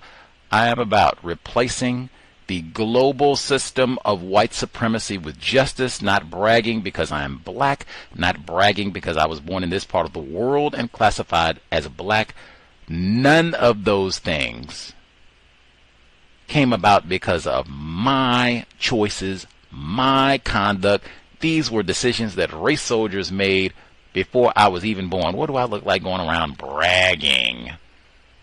I'm African American. Are you serious? Even if I'm Negro, it's Saturday night. I'm black and I'm dangerous. Get out of here. That is, go to the plant swap, man. Do something constructive instead of Negro culture. But anyway, this was not a week to do the typical Negro culture thing, and I don't watch the news. I don't pay attention to whatever. Oof. Very, very bad choice for this week. Really, any week. Under the system of white supremacy racism, that is not the legacy of Dr. Francis Cress Welsing. That is not the legacy of Mr. Neely Fuller Jr. That is not the legacy of Dr. Kamal Kamban. That is not the legacy of Dick Gregory and many, many, many other black people that we regard, talk about during February, and say, wow, you talk about Negro culture. Whee! They were about paying attention to what is happening in a world, universe, dominated by white supremacy, racism. This here would be a week to pay attention.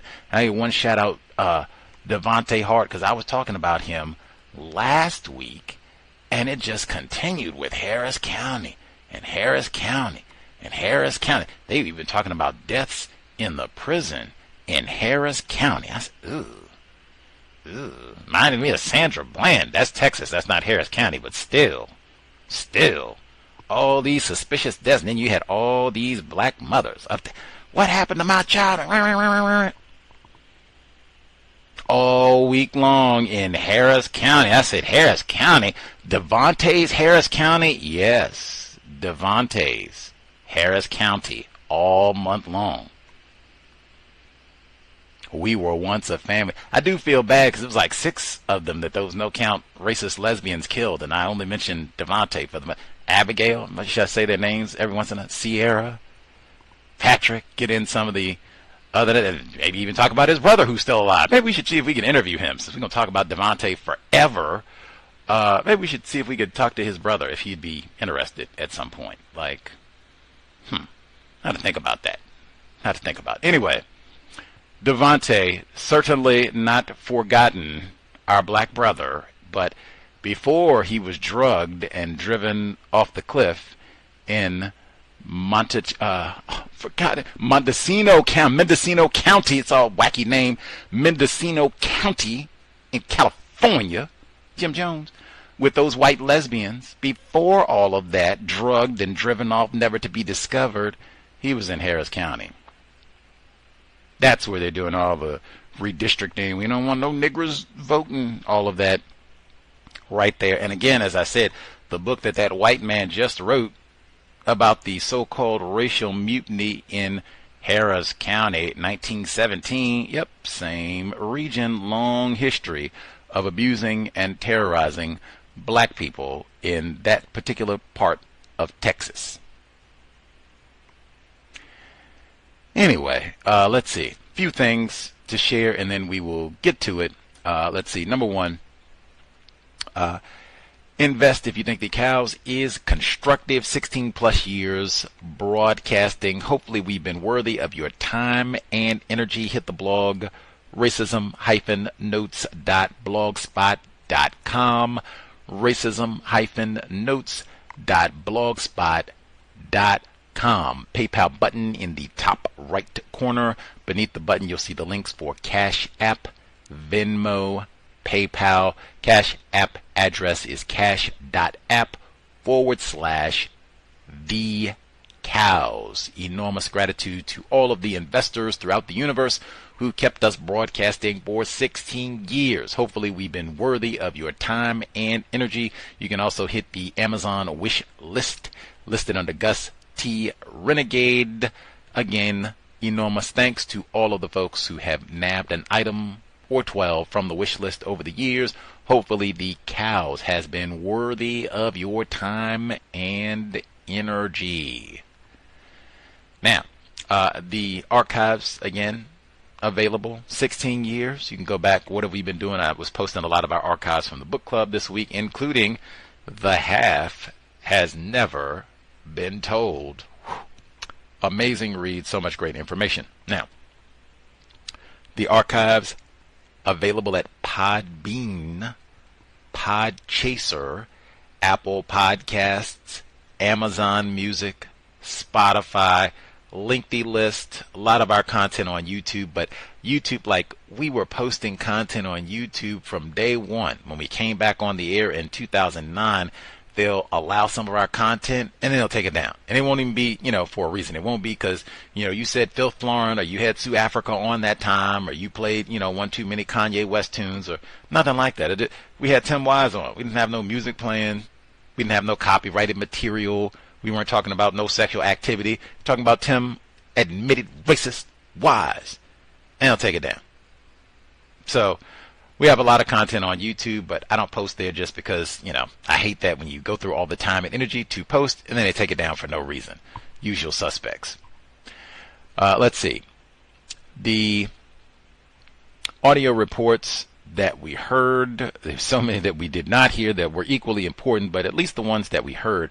I do not grasp why white people, when they say you are an undocumented or illegal immigrant and we are not going to grant you sanctuary, get the heck on out of here.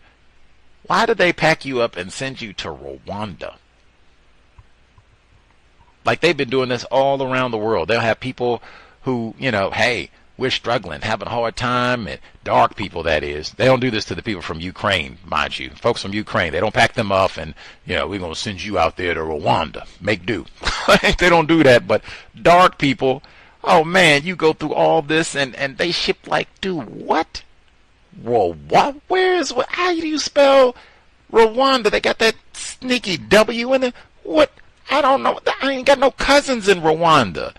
I don't even know nothing about Rwanda except them hacking up the Hutsis and man, come on. Rwanda? That's the closest place you could find? Jesus, like what kind of, and how many white people are they going to send to Rwanda? Remember they put that in Hotel Rwanda with Don Cheadle? He and Nick Nolte, I play that scene, frequently, but they had the scene where the white people were in there and they sent the UN forces. They said, we're going to get our white brothers and sisters out of here. Let you niggers, whatever you say you are, you do your thing. I'm black and I'm proud. We're going to get our white brokes out of here. That's what they did. Now, are they going to do the opposite now? You get some white people that sneak in it. Like I said, the white people from Ukraine or wherever else, they sneak in there and you ain't got your papers. We don't do all that undocumented no more. We got, President Trump here. So beat it, and not just beat it. We're not going to we'll send you to Canada, nothing like that. Rwanda. Let's see. The feeding the black females to the pigs. Lord, I can't even imagine. They killed, like, you talk about the worthlessness of Negro life. It's so many cases like that in South Africa specifically, where you walk into, and you talk about racially restricted region, like, oh my God, they only have like a teaspoon of white people in South Africa, literally. You walk in one of those racially restricted regions, even if you work there, it could be, and they don't recognize Leroy that day or whatever it is, and oh my God, that's what Oscar Pistorius said way back. He said the niggas was trying to break in, Leroy and wrestling them around in. Pow, pow, pow, pow, pow. That's what he said. I couldn't even put my legs on properly because the Negroes, they coming in and they're going to steal our water. Remember we talked to white women, they were talking about that. They have drought and all those other problems over there. The Negroes going to steal our water. Pow, pow, pow. We got to get them. Feeding them to the pigs, though. I mean, Delectable Negro is #1 on my book list for a reason, but damn, feeding them to the pigs. And they probably, remind me of Emmett Till, probably got some of the help to aid in covering this crime. But I mean, wow, like, Delectable Negro, human consumption and homoeroticism is U.S. slave culture, but this is South Africa. World culture of white supremacy. What does it mean to be white? There's lots of reasons why Rosa Parks and many others did not want to work in the houses of white people. Let's see. The AI cameras on the bus in Kansas City. Now, hopefully, I will not have to go to Kansas anytime soon. This is Kansas City, Kansas, I believe. Now, it could be an error, and almost to me, it really doesn't matter because Kansas City, Kansas, and Kansas City, Missouri are so close. It's probably going to mean cameras for both, but it's basically the same area. They're, not even 20 miles apart. Super duper close. We talked about all that before. Anyway, they're about to get the cameras on the bus in Kansas City. And I said, wow, who rides public transportation, what they say, disproportionately? And I had in mind, right, we just talked about all this in Milwaukee. Now, they weren't talking about facial recognition cameras on the public buses. They were just talking about putting them up on the street corners in the city, but trading to get these cameras with the mugshots. Now, in Kansas City, it looks like they're supposed to have, this is supposed to be some sort of pilot program. It's for a limited amount of time, and then we'll see how it goes. Maybe we keep it, maybe we don't, that sort of thing. A little different than what they were talking about in Milwaukee, but whew, that's still quite a bit to think about, especially where they're putting the cameras at, because I didn't hear them say, well, we're going to go over where white people like Roger Golubsky, and we're going to put some cameras over here. You know, they've been up to nefarious activity, no doubt, so we're going to put some cameras over here and throughout the city and kind of, you know, make sure everybody's on. That's not what they said. We're going to put them on the bus. They said it might be disputes, might be a traffic incident, might be a medical emergency. Someone hasn't moved. Maybe we need to get assistance. All sounds great. Who gets access to this data? Because they said secure server and all of that. And the facial recognition technology, like, that's a little bit more than the standard camera that they got up there, right? I mean, how much data do you get about that person immediately? Same thing I just said. Who gets access to all of this data? How long is that data available? I mean, that's just a lot of information. That is a lot of power. So is that public transit in Kansas City? So they have access to all that. I would assume the police there as well. Other third-party entities. Does that get to Jeff Bezos, Elon Musk? Like, man, at minimum, that would be a lot to think about if I took the bus or public transportation in Kansas City. Even, I'll put it this way. I'm in Seattle. They have public transportation. I haven't heard them talk about putting no facial recognition cameras on the train here, the link as they call it. I've never heard that. Man, the white people here, they would flip out. Now, maybe they have it. I know they got cameras, but I've never heard anybody say they got facial recognition cameras on the train. Like, I'm going to go down and check out the Mariners for a game, and I got to get all my data and everything. Social Security is already on the camera immediately? Like, for real? Really? Okay, let's see.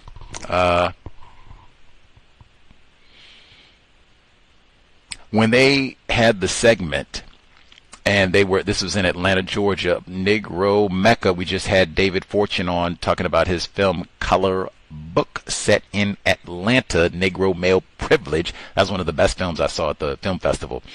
But they were talking about black people don't get access to mortgage. You end up with a lot of black people who don't get adequate access to housing. I thought in that segment where the interview was done by a white man, it was so tacky. He said it's not just a black and white issue.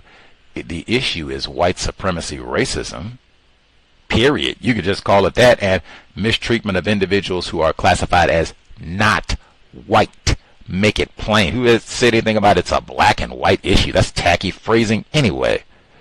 But then they get to it, and it's all these dark people. Yeah, they don't get loans. Asian people don't get loans. Latino people don't get loans. Whereas more niggers, dark people don't get loans. Whereas fewer Asians, they don't get loans. They just get... And within all of that, we didn't find no evidence that this is being done deliberately. Are you serious? This is in the same city where white people admit MARTA is inefficient and tacky because of racism. We do not want niggers moving efficiently through the crown jewel city of Georgia. Gone with the wind. What do you mean the mortgages? And it's not like this is just an issue in Atlanta, right? Get out of here. Reminded me of that. Remember Jordan Kugler.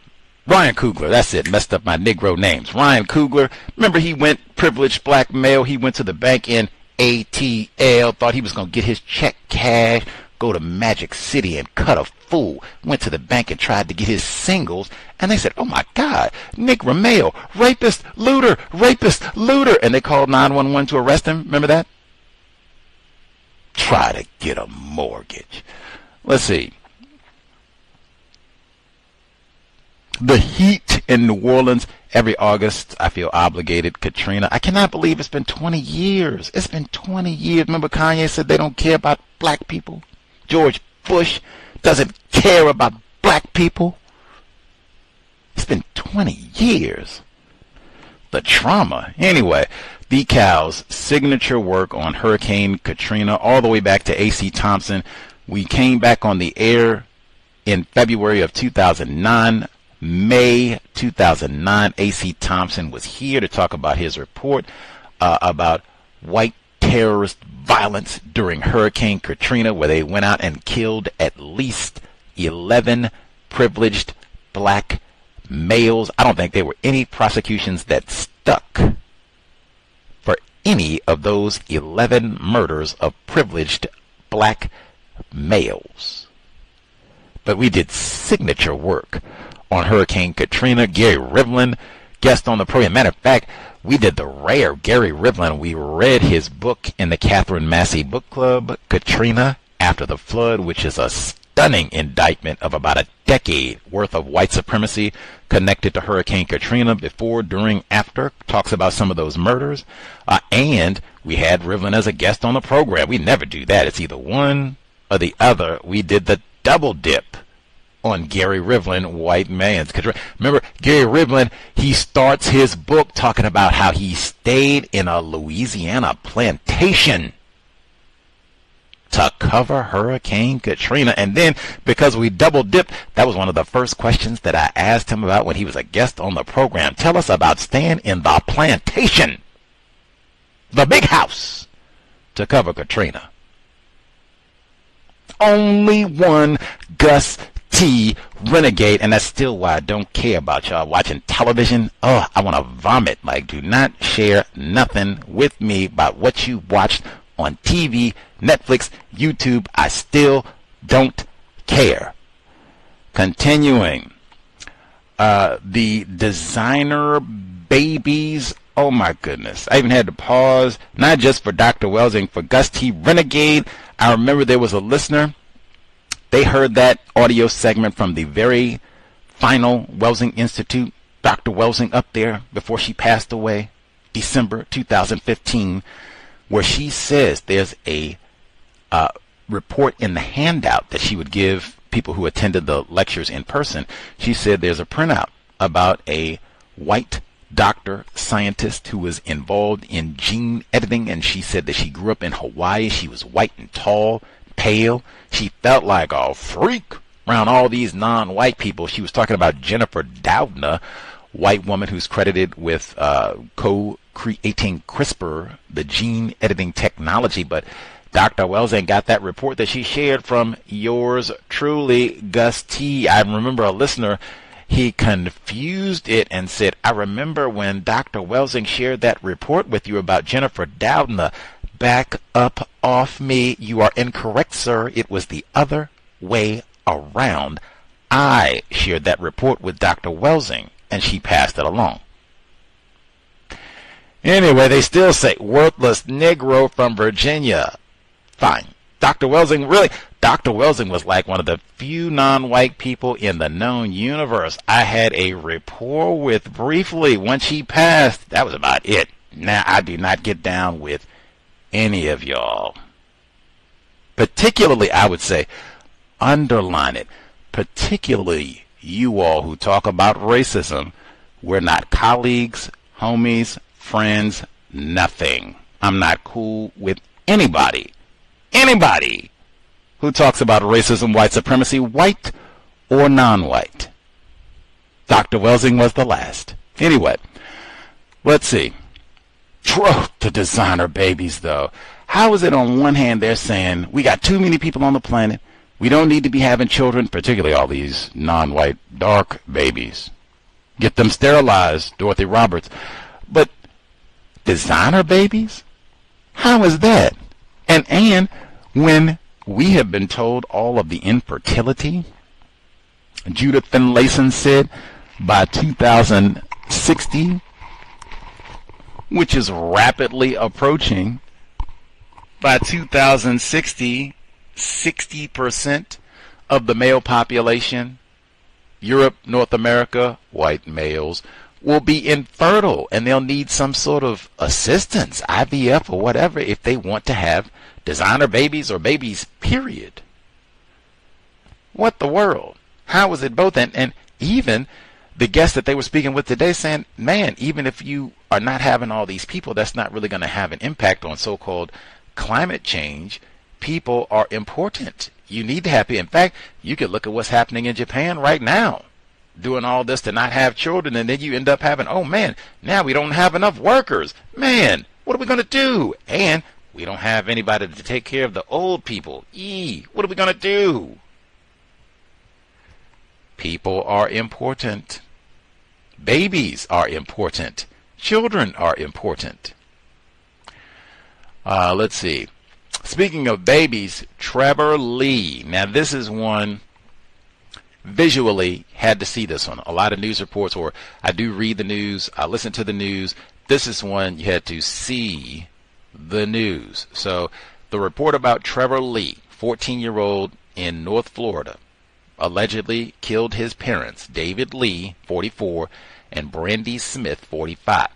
When I saw this, what caught my attention was they put his parents on the screen. I said, whoa, David Lee, the deceased father who was killed in the bedroom, he looks like he'd be classified as a white man. The mother, Brandy Smith, to me, she looks like she'd be classified as a black female. I said, oh man, cowbell. And then they put Trevor Lee, the child, up on the screen. I said, oh wow, mulatto male. Now, none of that may have anything to do with what happened and why he killed his two parents at 14 years old. But I would like more information. Now, they sit around and tell us all the time, that's how we end racism, white people, black people having sexual intercourse. That's been going on for centuries. But something like this happens, I would like as much data as possible. What had been going, what were the family dynamics, any history of domestic violence, school issues, reports, what in the world led to this, and was racism, white supremacy a factor, since this is a so-called interracial family? I would like lots of data, lots and lots and lots. Was he bullied? What has, especially, he calls in, he's got all this remorse immediately. What in the world happened, and did racism, white supremacy, was that directly, indirectly a factor? This was when I even asked some other C.O.W.S listeners, like, do y'all think this dude, because I mean, I make errors sometimes, do y'all think this dude, David Lee, do you think he's classified as white? And some of the other people that I asked said, yeah, I think he might be a white person, might be a so-called interracial tragic arrangement. It would be a tragedy regardless, but I would be substantially more intrigued to get information about why this tragedy took place if this is David Lee is a white man, and let's get all the data. Let's get all the information about what took place here. Let's see. The report on the so-called extremist violence and these networks trying to access children. We've heard some of these reports before. I just want to point out the metaphor that was used by old William Braniff, white man. He said, we see one or two school shootings in the news, Columbine, and we think, oh, that's a tragic incident. What we don't see is the iceberg below the waterline. What? What? Come on, Mr. Braniff. You're an educated white man. You can do better than that. That's what I mean about all those metaphors now. What in the Columbine? Break it down for us. And the iceberg is white, just like those school shooters. What are you talking about? Now, if you're talking about end stage white supremacy, then explain that in lots of detail. But I don't know about no iceberg, and I don't go up to Alaska. I don't even know what you're talking about, really. You did that whole report. That was a chunky one, too. It was like 3-4 minutes on NPR. You did that whole report. They did not mention racism one time. Extremism. They did not mention white supremacy one time. Didn't even mention white. Ain't Dr. Angelyn Spaulding Flowers told us, you want to talk about these school shootings and such, you're talking about white people. No mention of that at all. Extremism.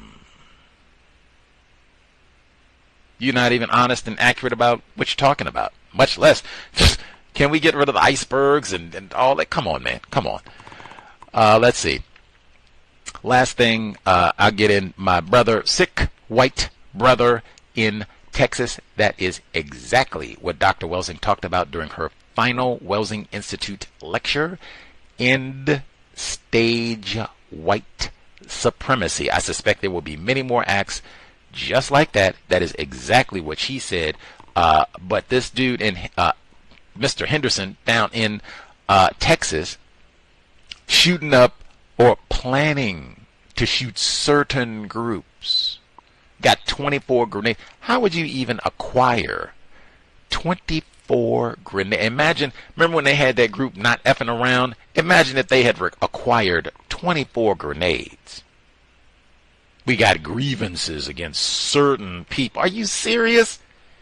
He had piled up all this white supremacist literature. Dr. Well, that's exactly what she said. It's going to be a lot more of this with white genetic annihilation. You have more and more white people, mad, concerned, all these dark people. Ugh, where are the white children? Ugh. Matter of fact, Dr. Angelyn Spaulding Flowers, she said that's exactly all of this in Texas. All of this. We just asked her about this days ago. She said this is a response to white genetic annihilation. We can't have a whole lot of dark people voting in Texas because it's not enough white people. You're going to mess up white power, white rule. You're going to mess that up. This is not how we want things. We got to figure out ways we can erode Negro voting, non-white voting. All of this. And really, Dr. Wells, she talked about the same thing, finding different ways. We are at war with non-white people constantly and by any means necessary to maintain the system of white supremacy racism. That's why I said right there in Texas. So you got Harris County. We'll make sure you niggers don't vote. We have to rig the map, do whatever else. And then they had the non-white state representative Gene Wu, we heard in the clip, say, is he gone back to China? Because he was one of the ones that left the state. He gone back to China? And they had tons of folks that, oh my God, so racist. How can you say that? State Senator Mays Middleton, white man. How can you say that? So racist? What do you mean going back to China? Now, it's 2025. You say such a thing. You got that. Or like I said, you got Mr. Henderson. I'm going to get these bombs together. We got white genetic annihilation. I'm going to get these Negroes. I'm going to get these so-called Jews. Everybody that I say that is not white. Messing up white genetic annihilation. Messing it up for white men, white women. Anywho, I don't even know if people saw that, Nathan. Imagine if that had been some black dude out there. Like I said, not effing around. New Black Panther Party. What? Gus T. Renegade. Got their T-shirts and what have you, and we got stick together. I'm black and I'm proud. I got all my grenades and IEDs and everything. Man, President Trump would have came out and said something about that. Man, I told you about this DEI nonsense. See. Anyhoodles, lots more to be said. Number again, 720-716-7300. The code 564-943 pound. Press star 61 if you would like to participate. They did the same thing in the news with this fella. So Nathan Henderson, that's the white man with the bombs, Texas, killed the Negroes, all that. So the one report, it says, man faces terrorism weapons charges after deputies found explosive devices, firearms, extremist writings in his home. They don't say racist writings. Now, they put the writings up. He's talking about white unity and, you know, they anti-white bias has got to go and all this other old. That's not racist material. That's not white supremacist material. They did say that verbally in the report that we heard, but the written report that I'm looking at right now, oh no, we don't say racist. We say extremist. And this was Texas Public Radio on August 1. They didn't say racist. They said extremist, which is very common. I don't even, what does that mean? Extremist? What? Come on. Be accurate. Always, they minimize, they obfuscate, and omit. Obfuscate. So was he racist? Oh, no. He was extreme. Anywho, 720-716-7300. The code 564-943 pound. Press star 61 if you would like to participate. Folks who dialed in with a hand up, you have commentary to share. Proceed. May I be heard? Octavius in New York. Yes, sir. Greetings, guests, callers, and listeners. There's a lot of good segments there, and I have to mention that the one about the women in South Africa was really disturbing. I almost kind of don't believe I heard what I heard. I almost feel like I'm going to have to listen to this again to actually hear that again. I can't believe that. Feeding the bodies to the pigs? That sounds like something out of some kind of horror movie or something. I'm not quite sure what to even make out of that. Little difficult one there. The other segment that really caught my attention was the AI segment for multiple reasons. First, the way the speakers were talking about AI, they almost made it sound as if everything is going to be fine with the usage of it, and the cameras in AI are going to be okay, and they're going to be able to detect this person, that person, and I just feel like they're being so dishonest and taking things out of context when it comes to the history as far as what people that classify themselves as white do with technology. Literally every new technology they find, it's used to implement some form of control over people that have less than, and specifically non-white people, black people especially. We can go back and see that history. So when we speak about technology, I'm kind of disturbed about the fact that they're speaking about it in such a positive context as if nothing else is going to happen, except the usage to get the quote-unquote bad guys. Then the other aspect of AI that really threw me off was, and this is something that adds on, is that as generative AI expands, your chat GPTs and Gemini and all these other tools that they use, as they expand, they require water. They require huge sums of water to keep their data centers actually cool. And unfortunately for us, it's not salt water. It's not any kind of dirty water that these data centers take. These data centers require clean drinking water, literally water that humans and any other quote-unquote animal would consume. So it's something to bear in mind, because they're starting now to recognize the huge environmental effects of generative AI on the environment. But again, this is something historically they've been consistently doing, which is destroying the environment and creating some tool that they classify as technology and saying that that's just in the process, which again is going to be an ongoing theme. And last but not least, the other part about AI that I have to mention, and I've probably said this before, but I'll say it again, which is they're not trying to actually get data and figure out how can we allow these consumers, because that's what they classify us as, access to our data to see what they're storing about us and how much data they're going to keep consuming and what the algorithms actually do. And if you notice, no politician is even bringing that up as even a part of their policy to give people privacy and allow them to have access to their own data that cloud systems are gathering about this.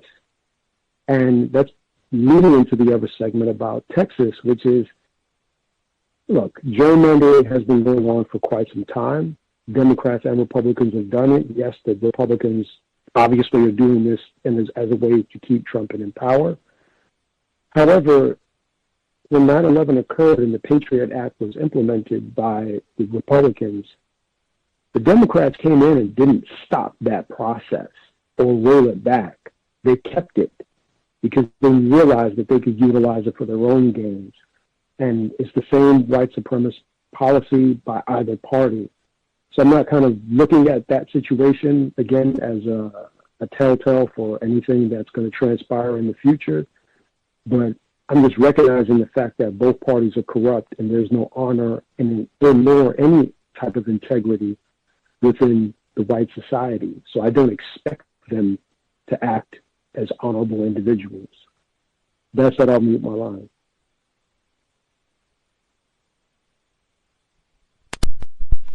Much obliged, Octavius in New York. That AI segment, I thought, very important for lots of reasons.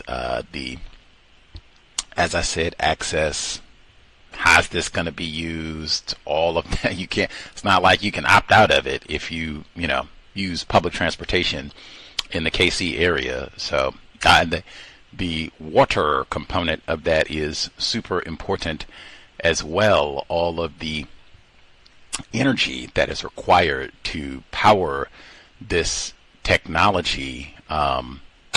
Yeah, that's whole other topic.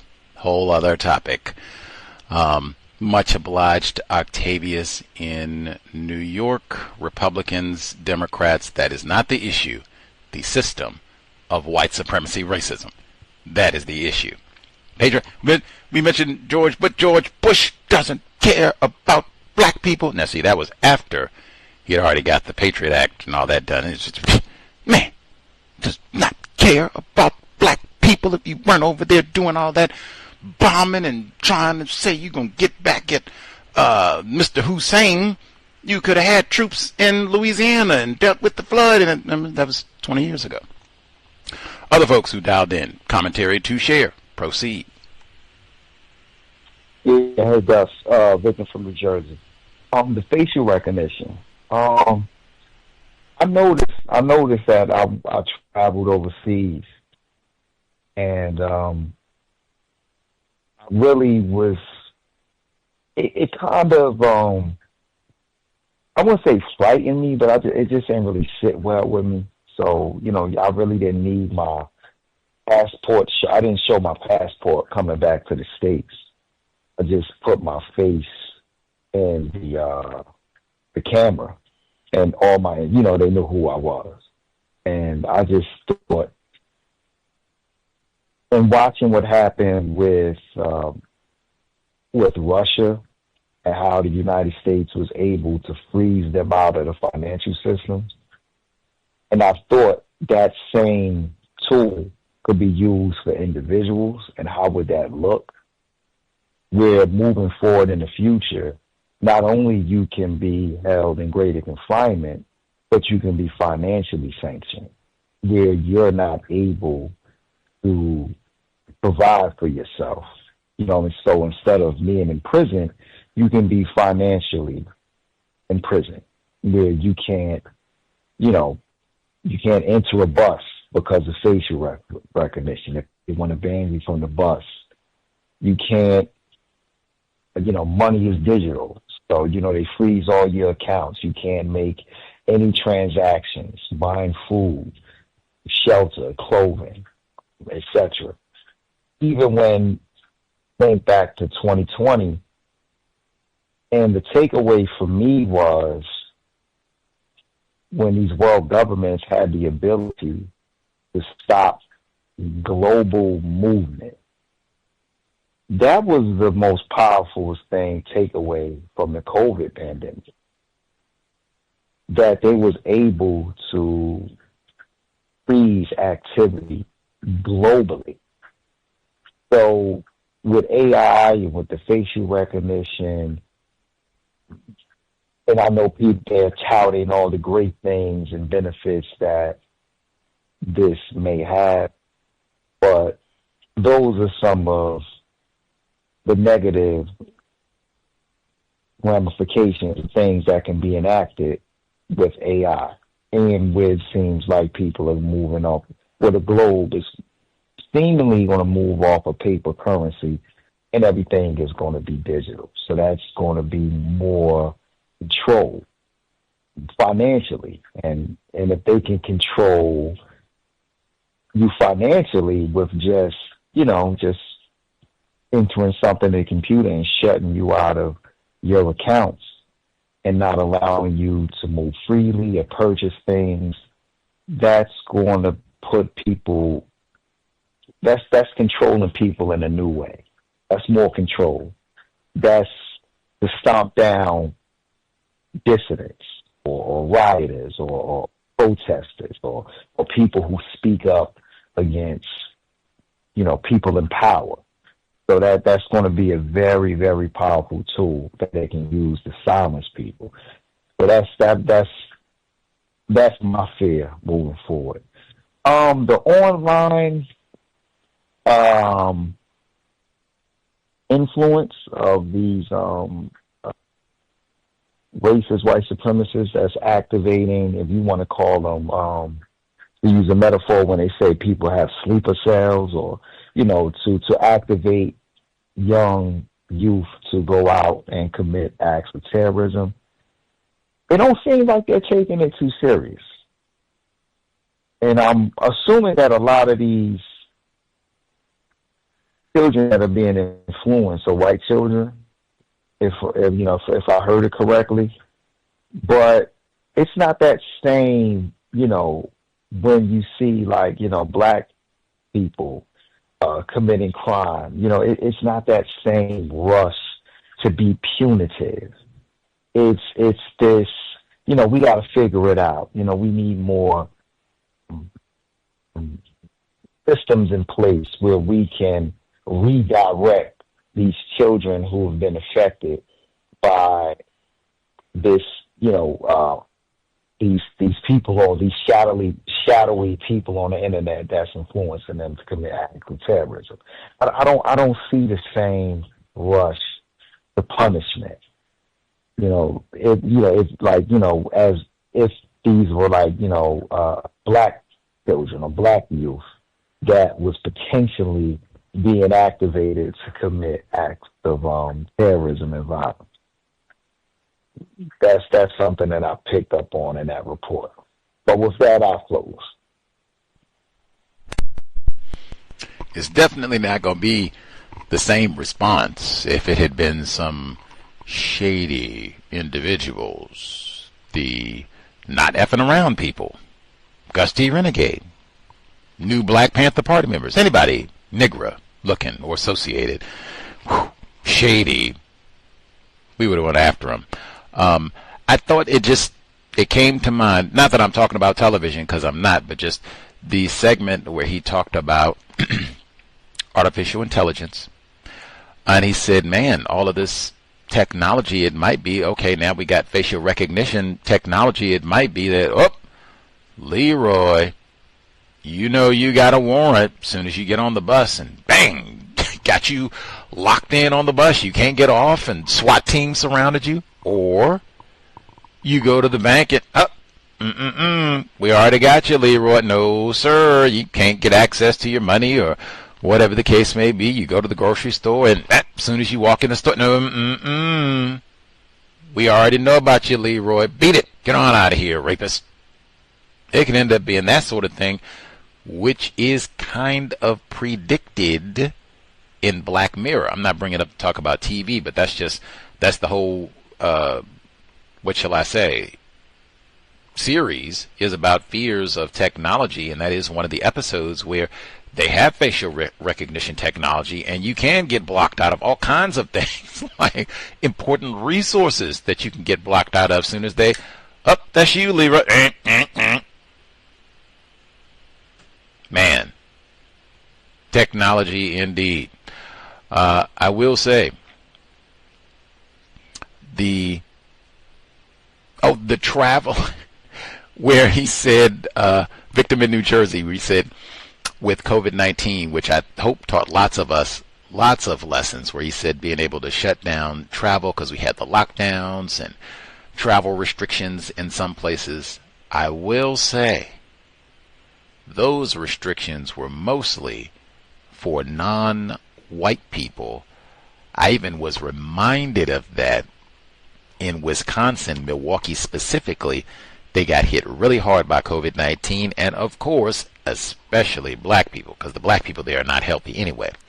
But they said they traced the epidemiologists, they traced the pattern of the spread, and it started from the suburbs. I told you they got all those racially restricted regions around Milwaukee, Whitefish Bay, Waukesha, Cedarburg. Anyway, I name all the. Anyway, so they got all these racially restricted regions around Milwaukee, but they said it was travelers, and particularly people who had traveled outside the U.S.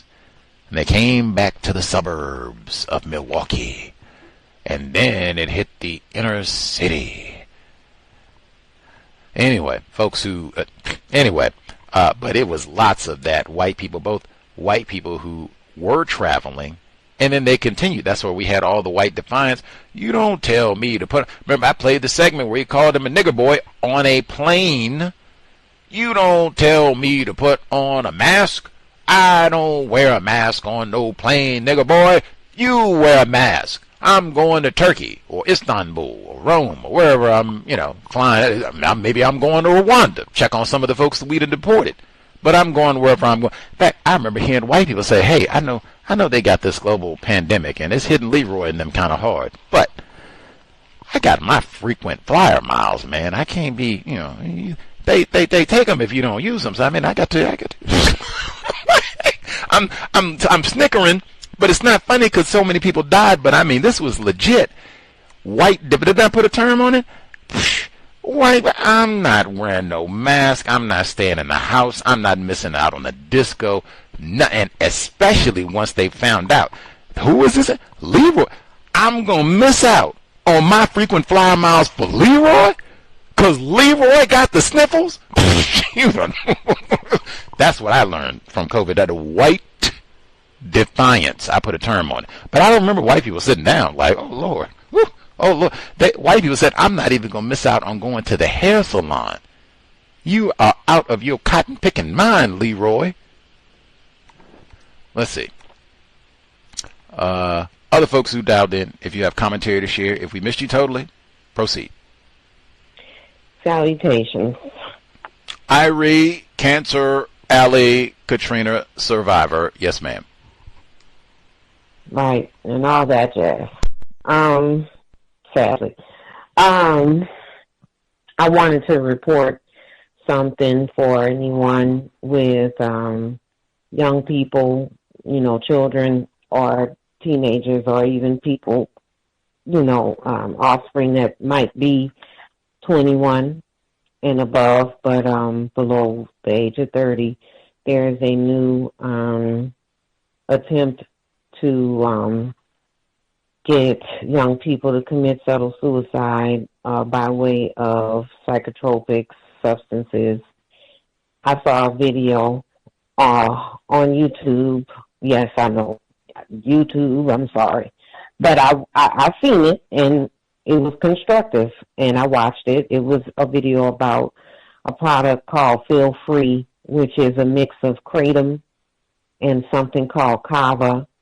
And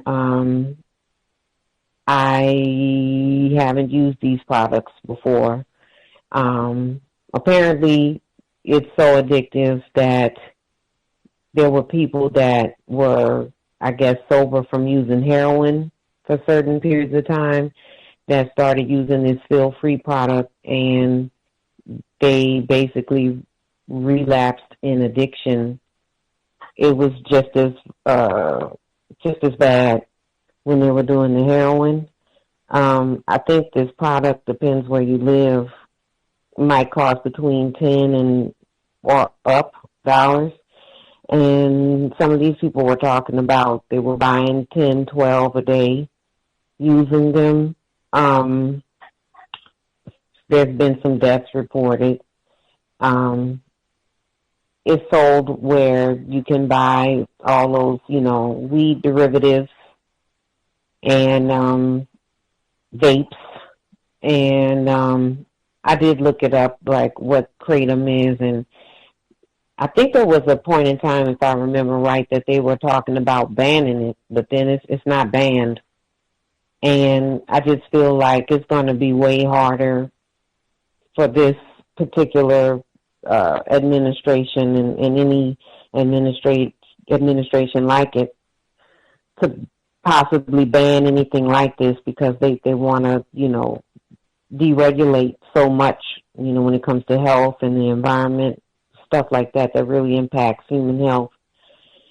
So it's important to ask questions about what these kids, check their book bags, check everything. It's just to that point. They don't have privacy for you to violate if they're under your roof and they're a minor, for real. School is coming. I've been tutoring a young kid. He's pretty cool, very well-mannered, but he's 2 grades behind. And by the time they hired me to tutor him, and I realized how behind he was, I'm like, oh, my God. I hope that I don't know. It's just, I'm praying for him, and I'm going to do my best if they continue to let me tutor him, but I'm just going to advocate for parents who are capable to please do homework with your kids, and please read with them and to them. The computer doing it is not good enough. These little programs, iReady, iXL, whatever the kids are using to read, it's not good enough. They're behind. This little boy has a math tutor. That's what I'm doing. He has a reading tutor. And I'm kind of astounded because the other day he read the word, equivalent without a problem, but he couldn't sound out a word like, for instance, common. I was like, wait a minute, what just happened here? And it happens so much. Like, he has a very hard time with simpler words, but the complicated words, he can get it a lot more often. And he also has handwriting that, unfortunately, it looks like chicken scratch. And I told him, if you can't read this, your teacher can't read this either. And I have to have him trace every time we start our tutoring sessions, just tracing numbers. And I have told him, we're going to do this until it begins to improve, and then we probably will keep doing it, But the fact that that's an issue and he's 1 year away from middle school is troubling. I just don't know. I was even listening to the workplace racism thing about young children or young people being able to find jobs. It's going to be real hard if they're behind and don't know it. And then with the, I'm segueing too much. I'm sorry. It's been a long day. Just check, see what your kids doing. Check their backpacks. Check the closet. Check everything. Just shake them down. Shake them down. Look for the feel-free. Look for the vapes. Look for nicotine. Look for weed. All that. Please and thank you. And then I'll mute my line. He said, please and thank you. I don't know. You might not have been listening, but we had a substantial number of non-white people who testified proudly that, hey, man, I used quite a bit of the wacky tobacco when I was in my teens, and I did great in school. Made honor roll, didn't have nary a problem. Yeah, I don't know. Now, she was talking about some other substances that are not quite cannabis, might be something concocted in a lab, so slightly different. But I mean, we do have that in the C.O.W.S archives where a number of non-white people dialed in and said, calm all that down, Irie. Using wacky tobacco as a minor is not a big deal. As I'm saying that, I'm having to say, I did think that was a lot of fool talk when I heard it then, and I've learned so much more subsequent, because this was 2013 summertime, and we talked to a neuroscientist who wrote a whole book and said, nope, cannabis, teens, big no. And she said the same thing for alcohol too, and cigarettes, and tackle football. So, yeah.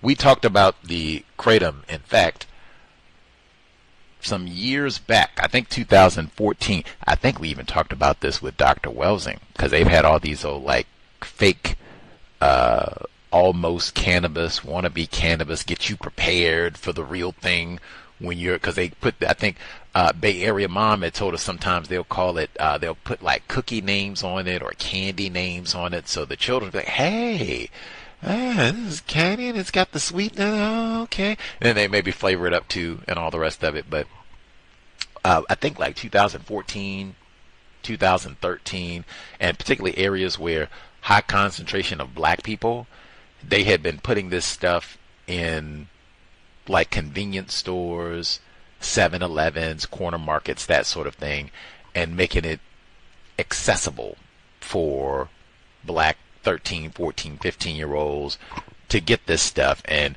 I think we even had one of the drug counselors as a guest on the program, John Potash. He wrote the book Drugs as Weapons Against Us, drug counselor by profession. He came on, he talked about how these, old fake products, and along with just kind of passing the message so that a lot of young people, and a lot of people period, think, hey, cannabis is cool. No health deficit, no health problems, no side effects. Like, it's totally healthy. And in fact, it has medicinal properties. So, it's tremendous. Best thing ever. To condition lots of people to think that. And so then you can condition very young people whose brain is still developing, get them using, get them hooked for a long time so they'll have a good 50 years of usage. And then what impact does this have on their developing brain? Oh, shut up. Don't worry about that. Especially for Leroy. Like, we don't care about Leroy's brain anyway.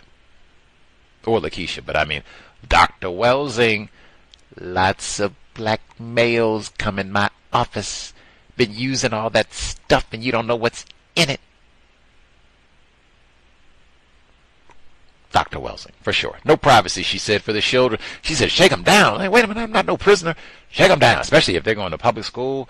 Woo, no privacy, man. No privacy. So I think Sue Klebo might even agree with you on that, our sick white sister. Other folks who dialed in, hand up, *61. If we missed you totally, don't wait till the last minute. Can I be heard? Lauren, yes, ma'am. Yes, sir. I was thinking about that segment that you played about the Texas Democrats, the House Democrats, who left the state to prevent the Republican power grab.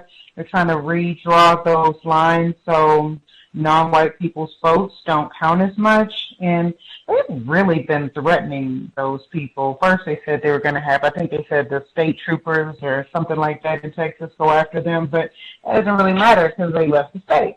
Then they were like, well, we can have the FBI look for them.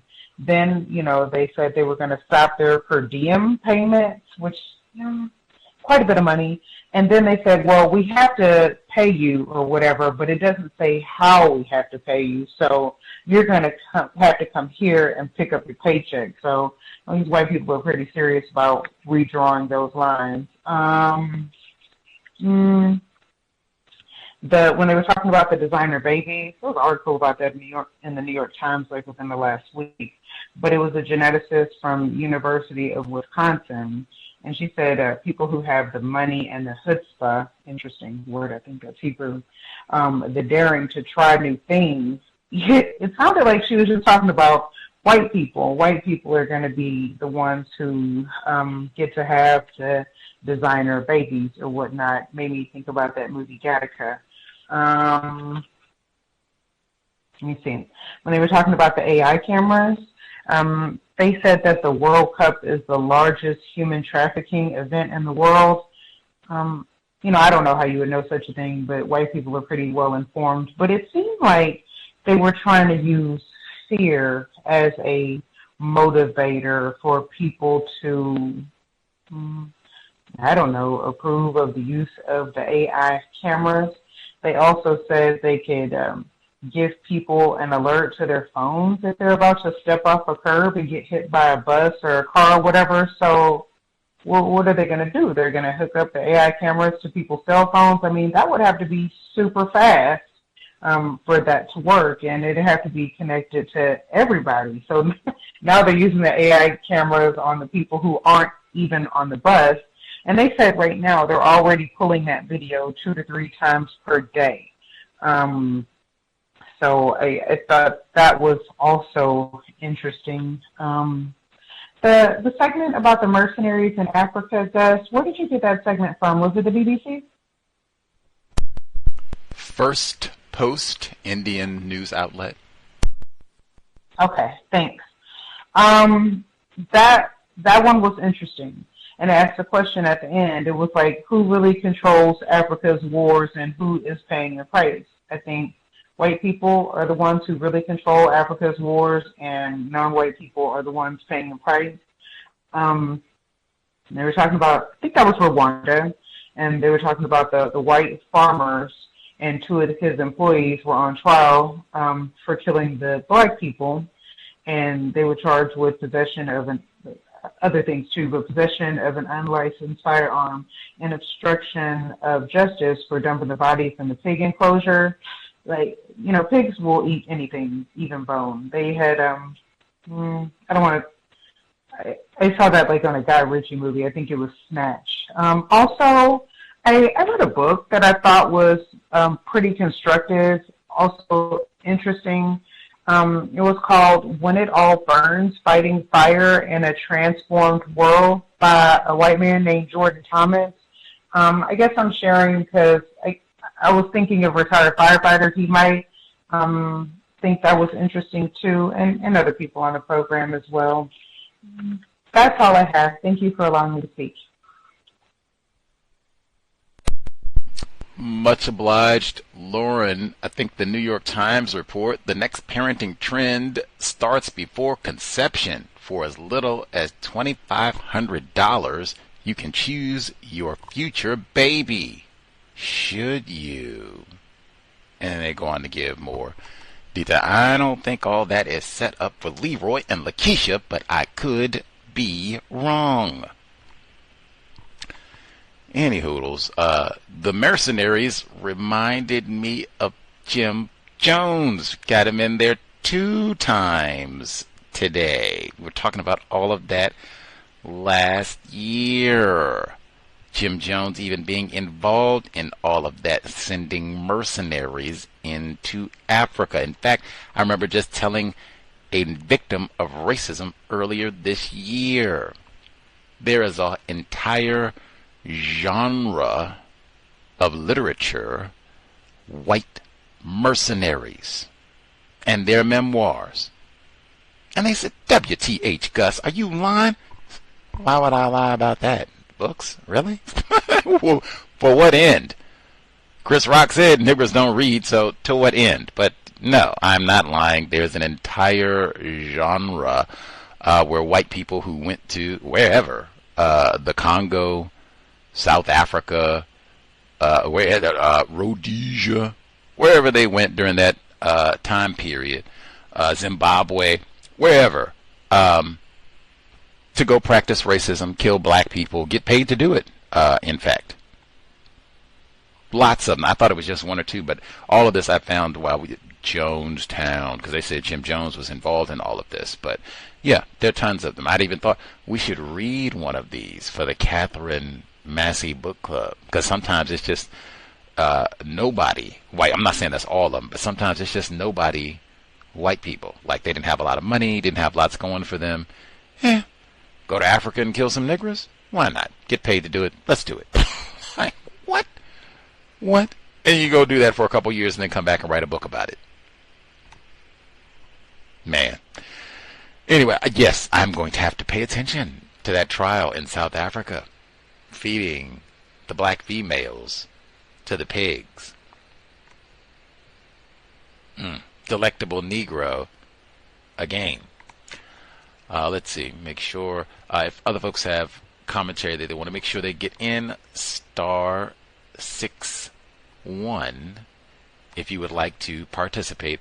I do want to make sure that I share the section on the draconian parole system that they have in Missouri. Make sure I'm getting my Midwest areas correct. But they were talking about the lack of parole that they have set up, and it was all black males that they talked to in that segment.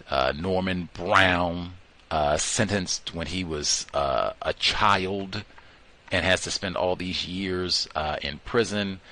We heard from, I think they even had another black male who they got kind of at the end of the segment, and he's also going to be confined for decades. But they talked about the arbitrary nature of the parole system and how you can only have one person who can come in and advocate on your behalf, and they can bring in tons of folks. They have all kinds of resources, total imbalance there. They get it secretive. You don't get the documents. Like, what was said? They don't give you no transcript of who said what or who asked what were the questions. This seems like another one where lots of discretion.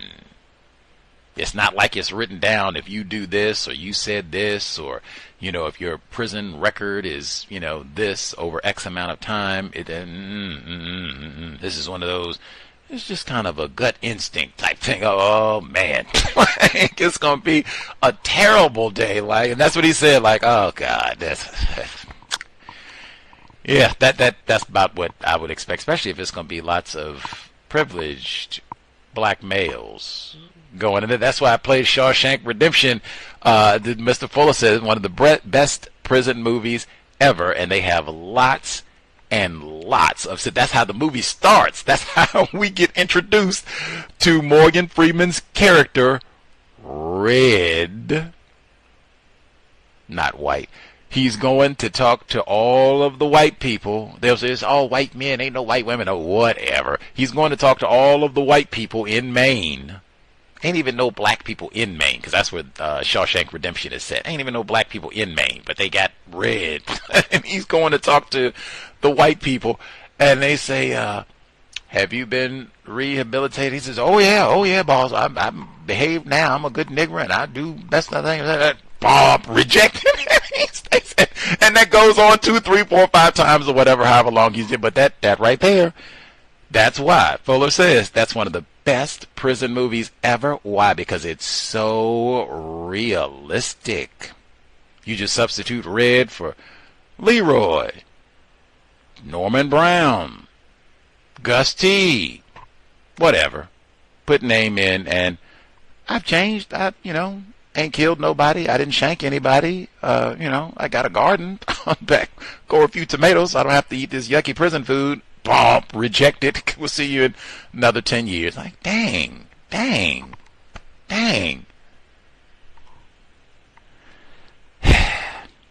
That's why the one that I played where he does not get rejected, where he actually gets released. You just write whatever on your form, because frankly, I don't care. Like, what? Sassy. We'll get him out of here before he corrupts the rest of the niggers. Get on out of here. That's after he'd been there like 50 years, though. Any hoodles, let's see. Other folks have commentary to share. Hopefully not about Shawshank Redemption, which is one of the best movies ever. I did get, since Retired Firefighter was mentioned, I did get a fire extinguisher. Should have had one before, because I do a lot of cooking, right? Brag about doing all kinds of high temperature cooking with the wok and everything. Could have burned everything down. But I did get a fire extinguisher. All of us non-white people said, retired firefighter could save me a few calls. I got to be out here fighting with these racists and grappling with them on the truck and everything else. If you just, one or two of y'all had a fire extinguisher, like, oh my gosh, no call. You get your towel out, clean up the mess, maybe have a little cosmetic damage, and that's that. We go on with our evening. My God. Oh, quiety, we stay asleep in the firehouse. But I got my fire extinguisher. Still practice fire. Hopefully, I won't have to use it. Let's see. Other folks who dialed in with a hand up, proceed. Greetings, everyone. I just wanted to get the name of that book and author from Miss Lauren. It is If she's still available. called I'm here. You ready, sir? Okay. Yes, ma'am. Okay. It's called When It All Burns, Fighting Fire in a Transformed World by Jordan Thomas. And this one is more about wildfires.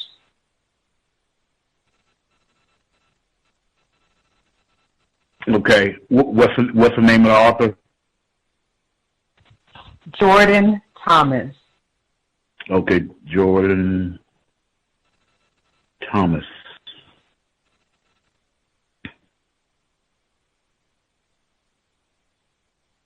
Thank you, ma'am. I also would suggest, Gus, to get another small extinguisher for the bedroom area. Most of the fires that I've been to, house fires that I've been to in the kitchen,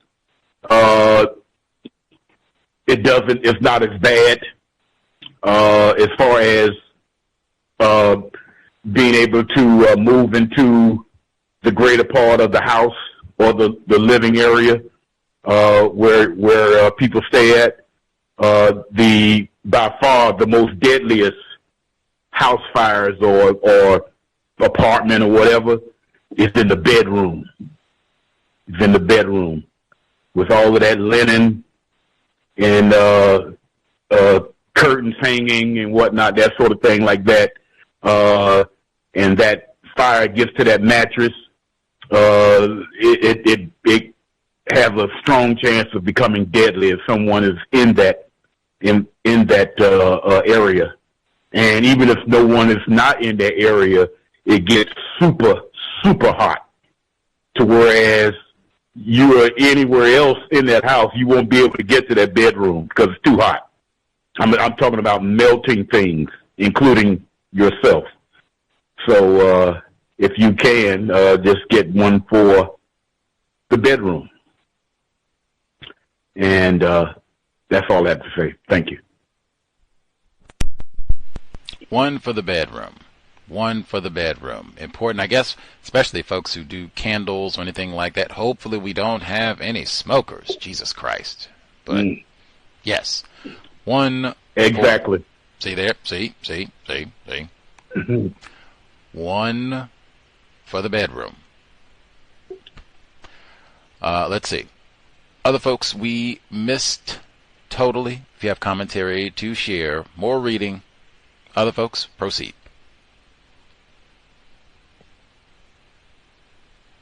May I be heard?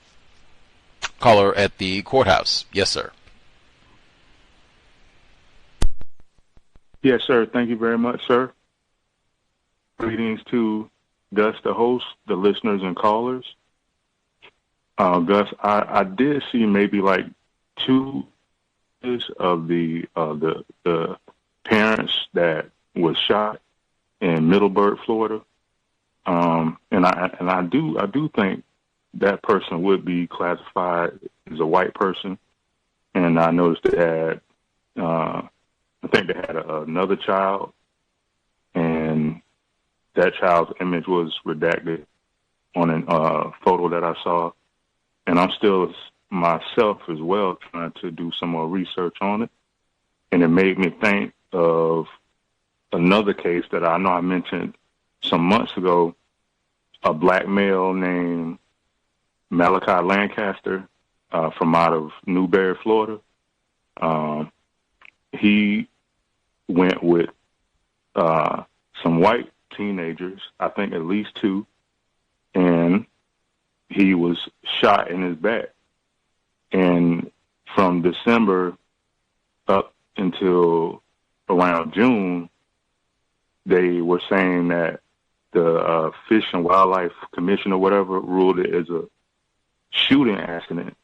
And the parents are now trying to, pursue like legal action. And an article I read stated that his death certificate reads under investigation. That's some new recent information on that case, and that white teen has his information definitely hadn't even been shared very much. They only showed maybe like a white pastor saying something about Malachi, and that he was a good kid and things like that. But they hadn't really given much update on that, except for the parents seeking answers is what the report read. And as far as the audio segment, the segment from, I think that was from Georgia, speaking about the property and mortgages, and how I think it mentioned that the black people, I guess, had a hard time or something like that gaining access to a highly populated black area, and the Asian applicants had a hard time, or I don't know if hard time was the term used, but had a hard time when there was an area where there was less, smaller Asian population. And the guy asked about, and I think you mentioned this about, was this an act of racism? I think he said a covert or an overt act of racism. And the way she answered that question, I thought was an act of racism, saying she mentioned the system. She did. I remember her saying that it was something about, well, there's a system that needs to be changed, and for our communities of color. And I just thought how they just talk like that on a regular basis to maintain racism, white supremacy. And if I could just share just one quick thing, you mentioned Hurricane Katrina, and I do remember this happened. After this happened, me and my mom and a friend of hers was at a bank, and a white person pulled in front of another black person that was going to come up behind us. And the black guy got out of his car, okay?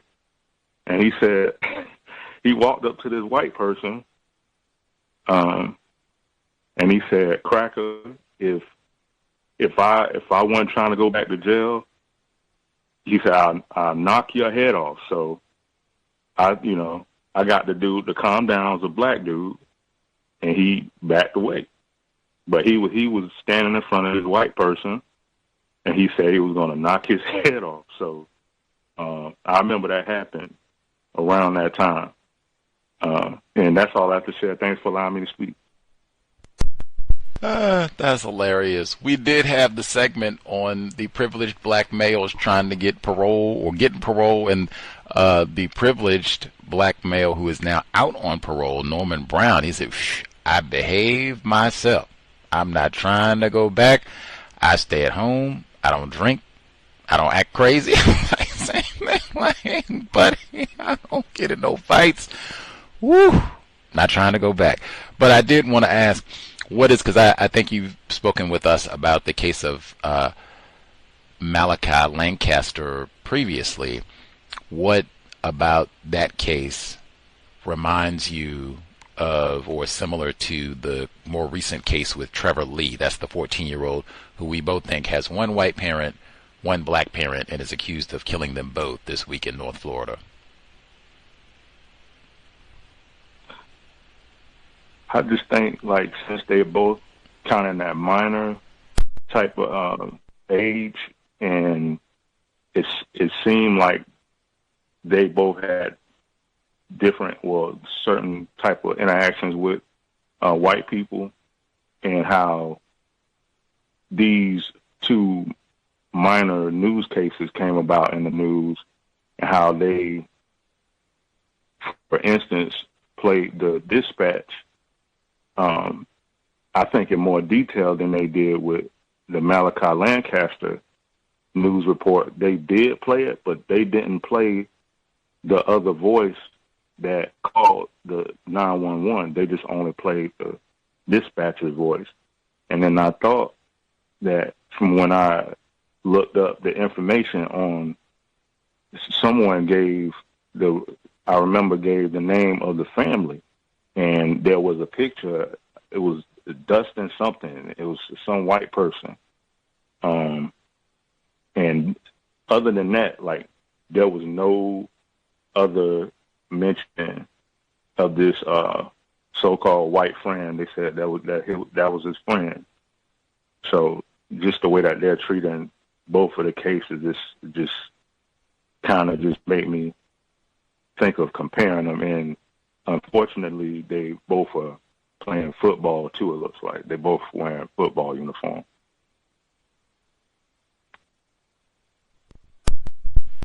Brain dead. They say Florida, they love some tackle football. Long time, Miami Hurricanes and all the way up Jacksonville. Tim Tebow, man, they love some concussion football. Which now I get to repeat myself because we've learned so much in our 16 years that we did speak with a white neuroscientist, and she wrote a whole book where she said young people about these folks' age, 14, 15, 16, 17, cannabis, no. Cigarettes, no. Alcohol, no. Tackle football, no. Why? Your brain is important, and it's still developing. You can't go knocking and banging and drugging and smoking and liquoring up your brain at 17. She wrote a whole book about that. Put whole sections in there about everything I just mentioned. Anyway, we will have to keep an eye on both of these cases. Like I said, I'm especially interested now. The Trevor Lee case, it would be tragic, even if he had two black parents. It would be tragedy all the way. But I would like more information. Why did this happen? What had been going on? Was racism, white supremacy involved? Did he have white friends? They say with this group, what we learned with Columbine, a lot of times they'll snitch. They'll tell people in advance that they might want to do this or have people who are egging them on. Did that happen? I just want to know more details. More details, more details, more details. Trevor Lee, that's the young fella's name. He's still alive, so there could be a trial. Even, are they going to try him as an adult? More details, more details, more details. Any hoodles. Hey, Duff. Sorry. Yes, sir. I just wanted to add, because somebody mentioned something about designer babies, and you know, I had a conversation with a black female.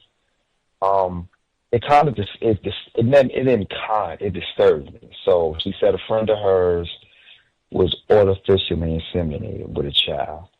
So I said, okay. She says that the donor, the sperm donor, was white. I said, okay.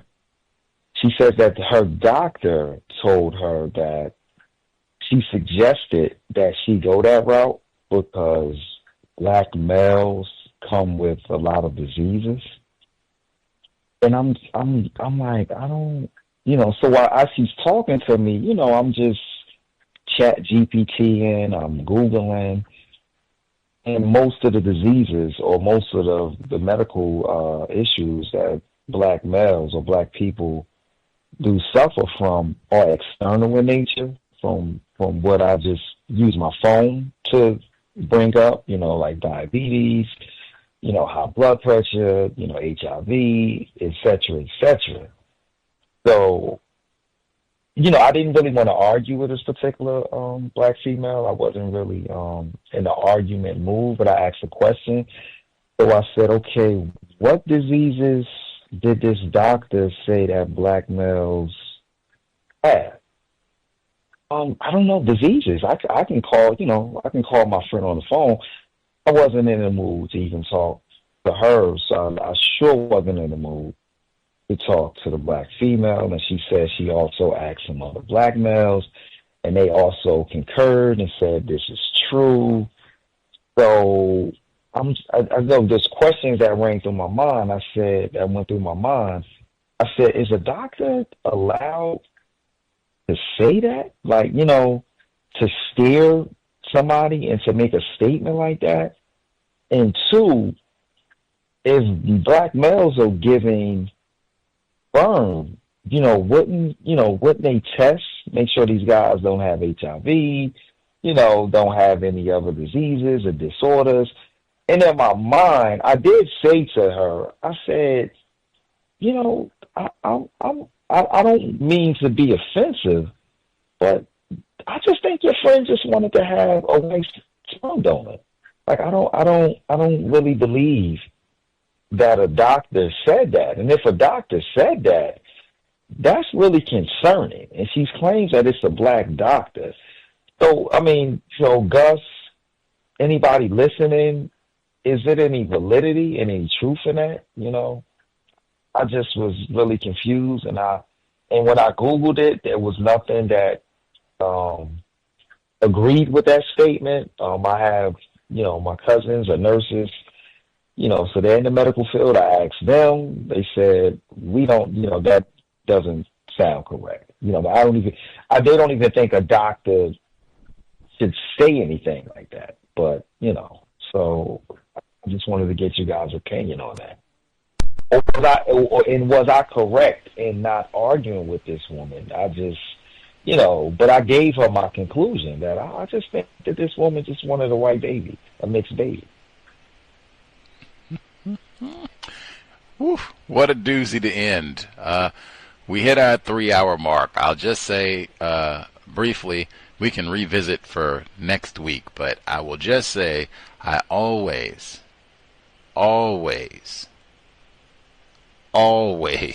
emphasize the importance of minimizing conflict. It's not just me, Neely Fuller Jr., minimizing conflict with non-white people. We don't have to have the same opinion or what have you. I always think that that is best, especially for those of us who say that I've been studying racism, white supremacy, counter-racism. I'm an attempted counter-racist. Then for sure, one of my primary responsibilities when in contact with other non-white people victims of racism, minimizing conflict. So I always think that's A+.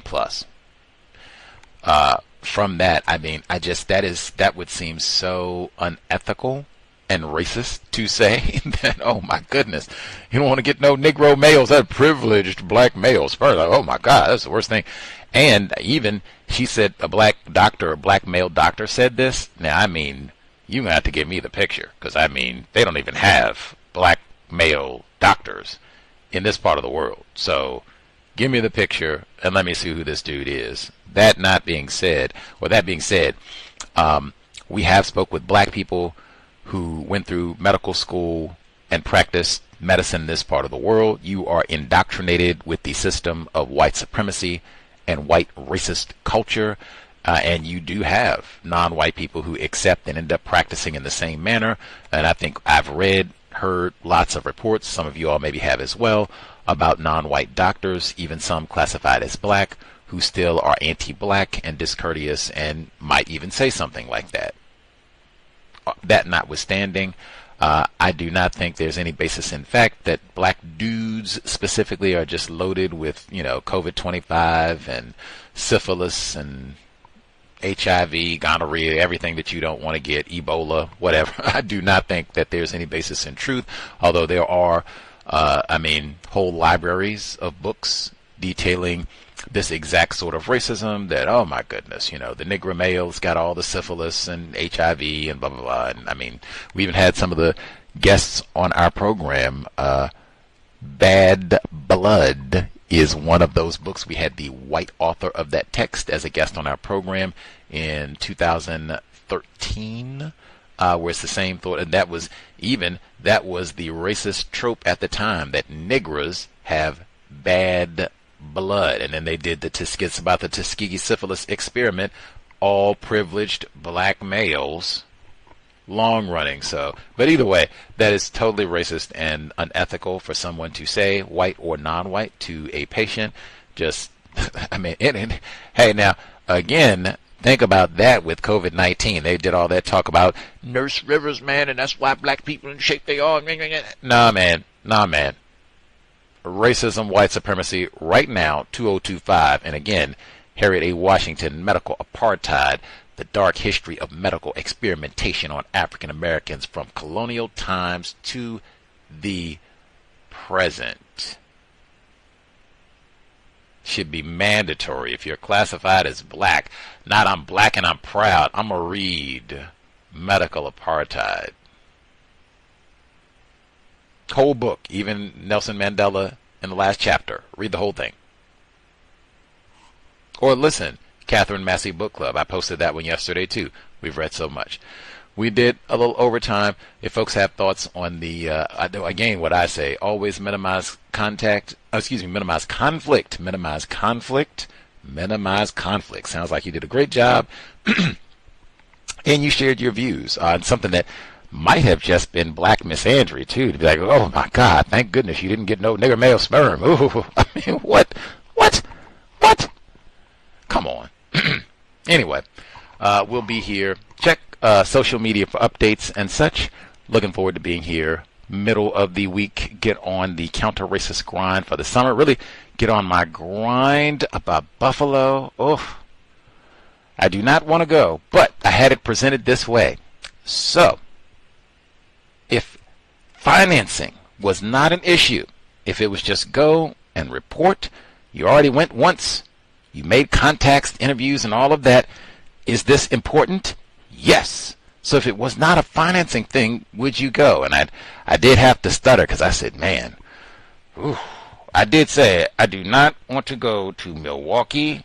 True. I do not want to go to Buffalo. True. Who want? Neither of these are places, at least for me as a victim of racism. Like, what? The place where they shot the grocery store? No, I do not want to. But I would be on my counter-racist assignment.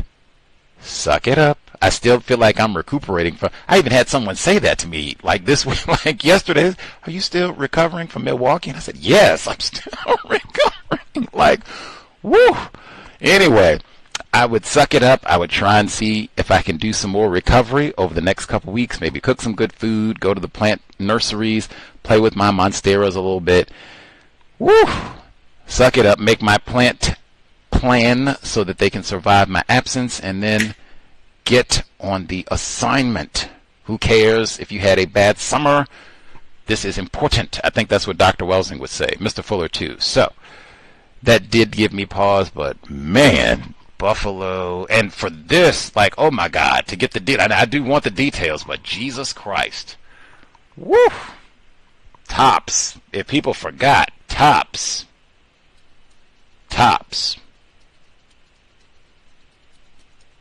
Let's go, Buffalo. We shall be back. Sobriety would be best. To say it again, it's in the book that the white neuroscientist wrote. If you are still a growing non-white female, non-white male, when I say still growing, you are under 25, no liquor, no cigarettes, no cannabis, no tackle football. Damage your brain computer. We need healthy brains to solve this problem. Older folks like myself, we've been messing around, playing tackle football, ruin our brain computer. Probably why we haven't solved this problem. Protect your brain computer. Drinking Mad Dog 2020 at 13, why we haven't solved this problem.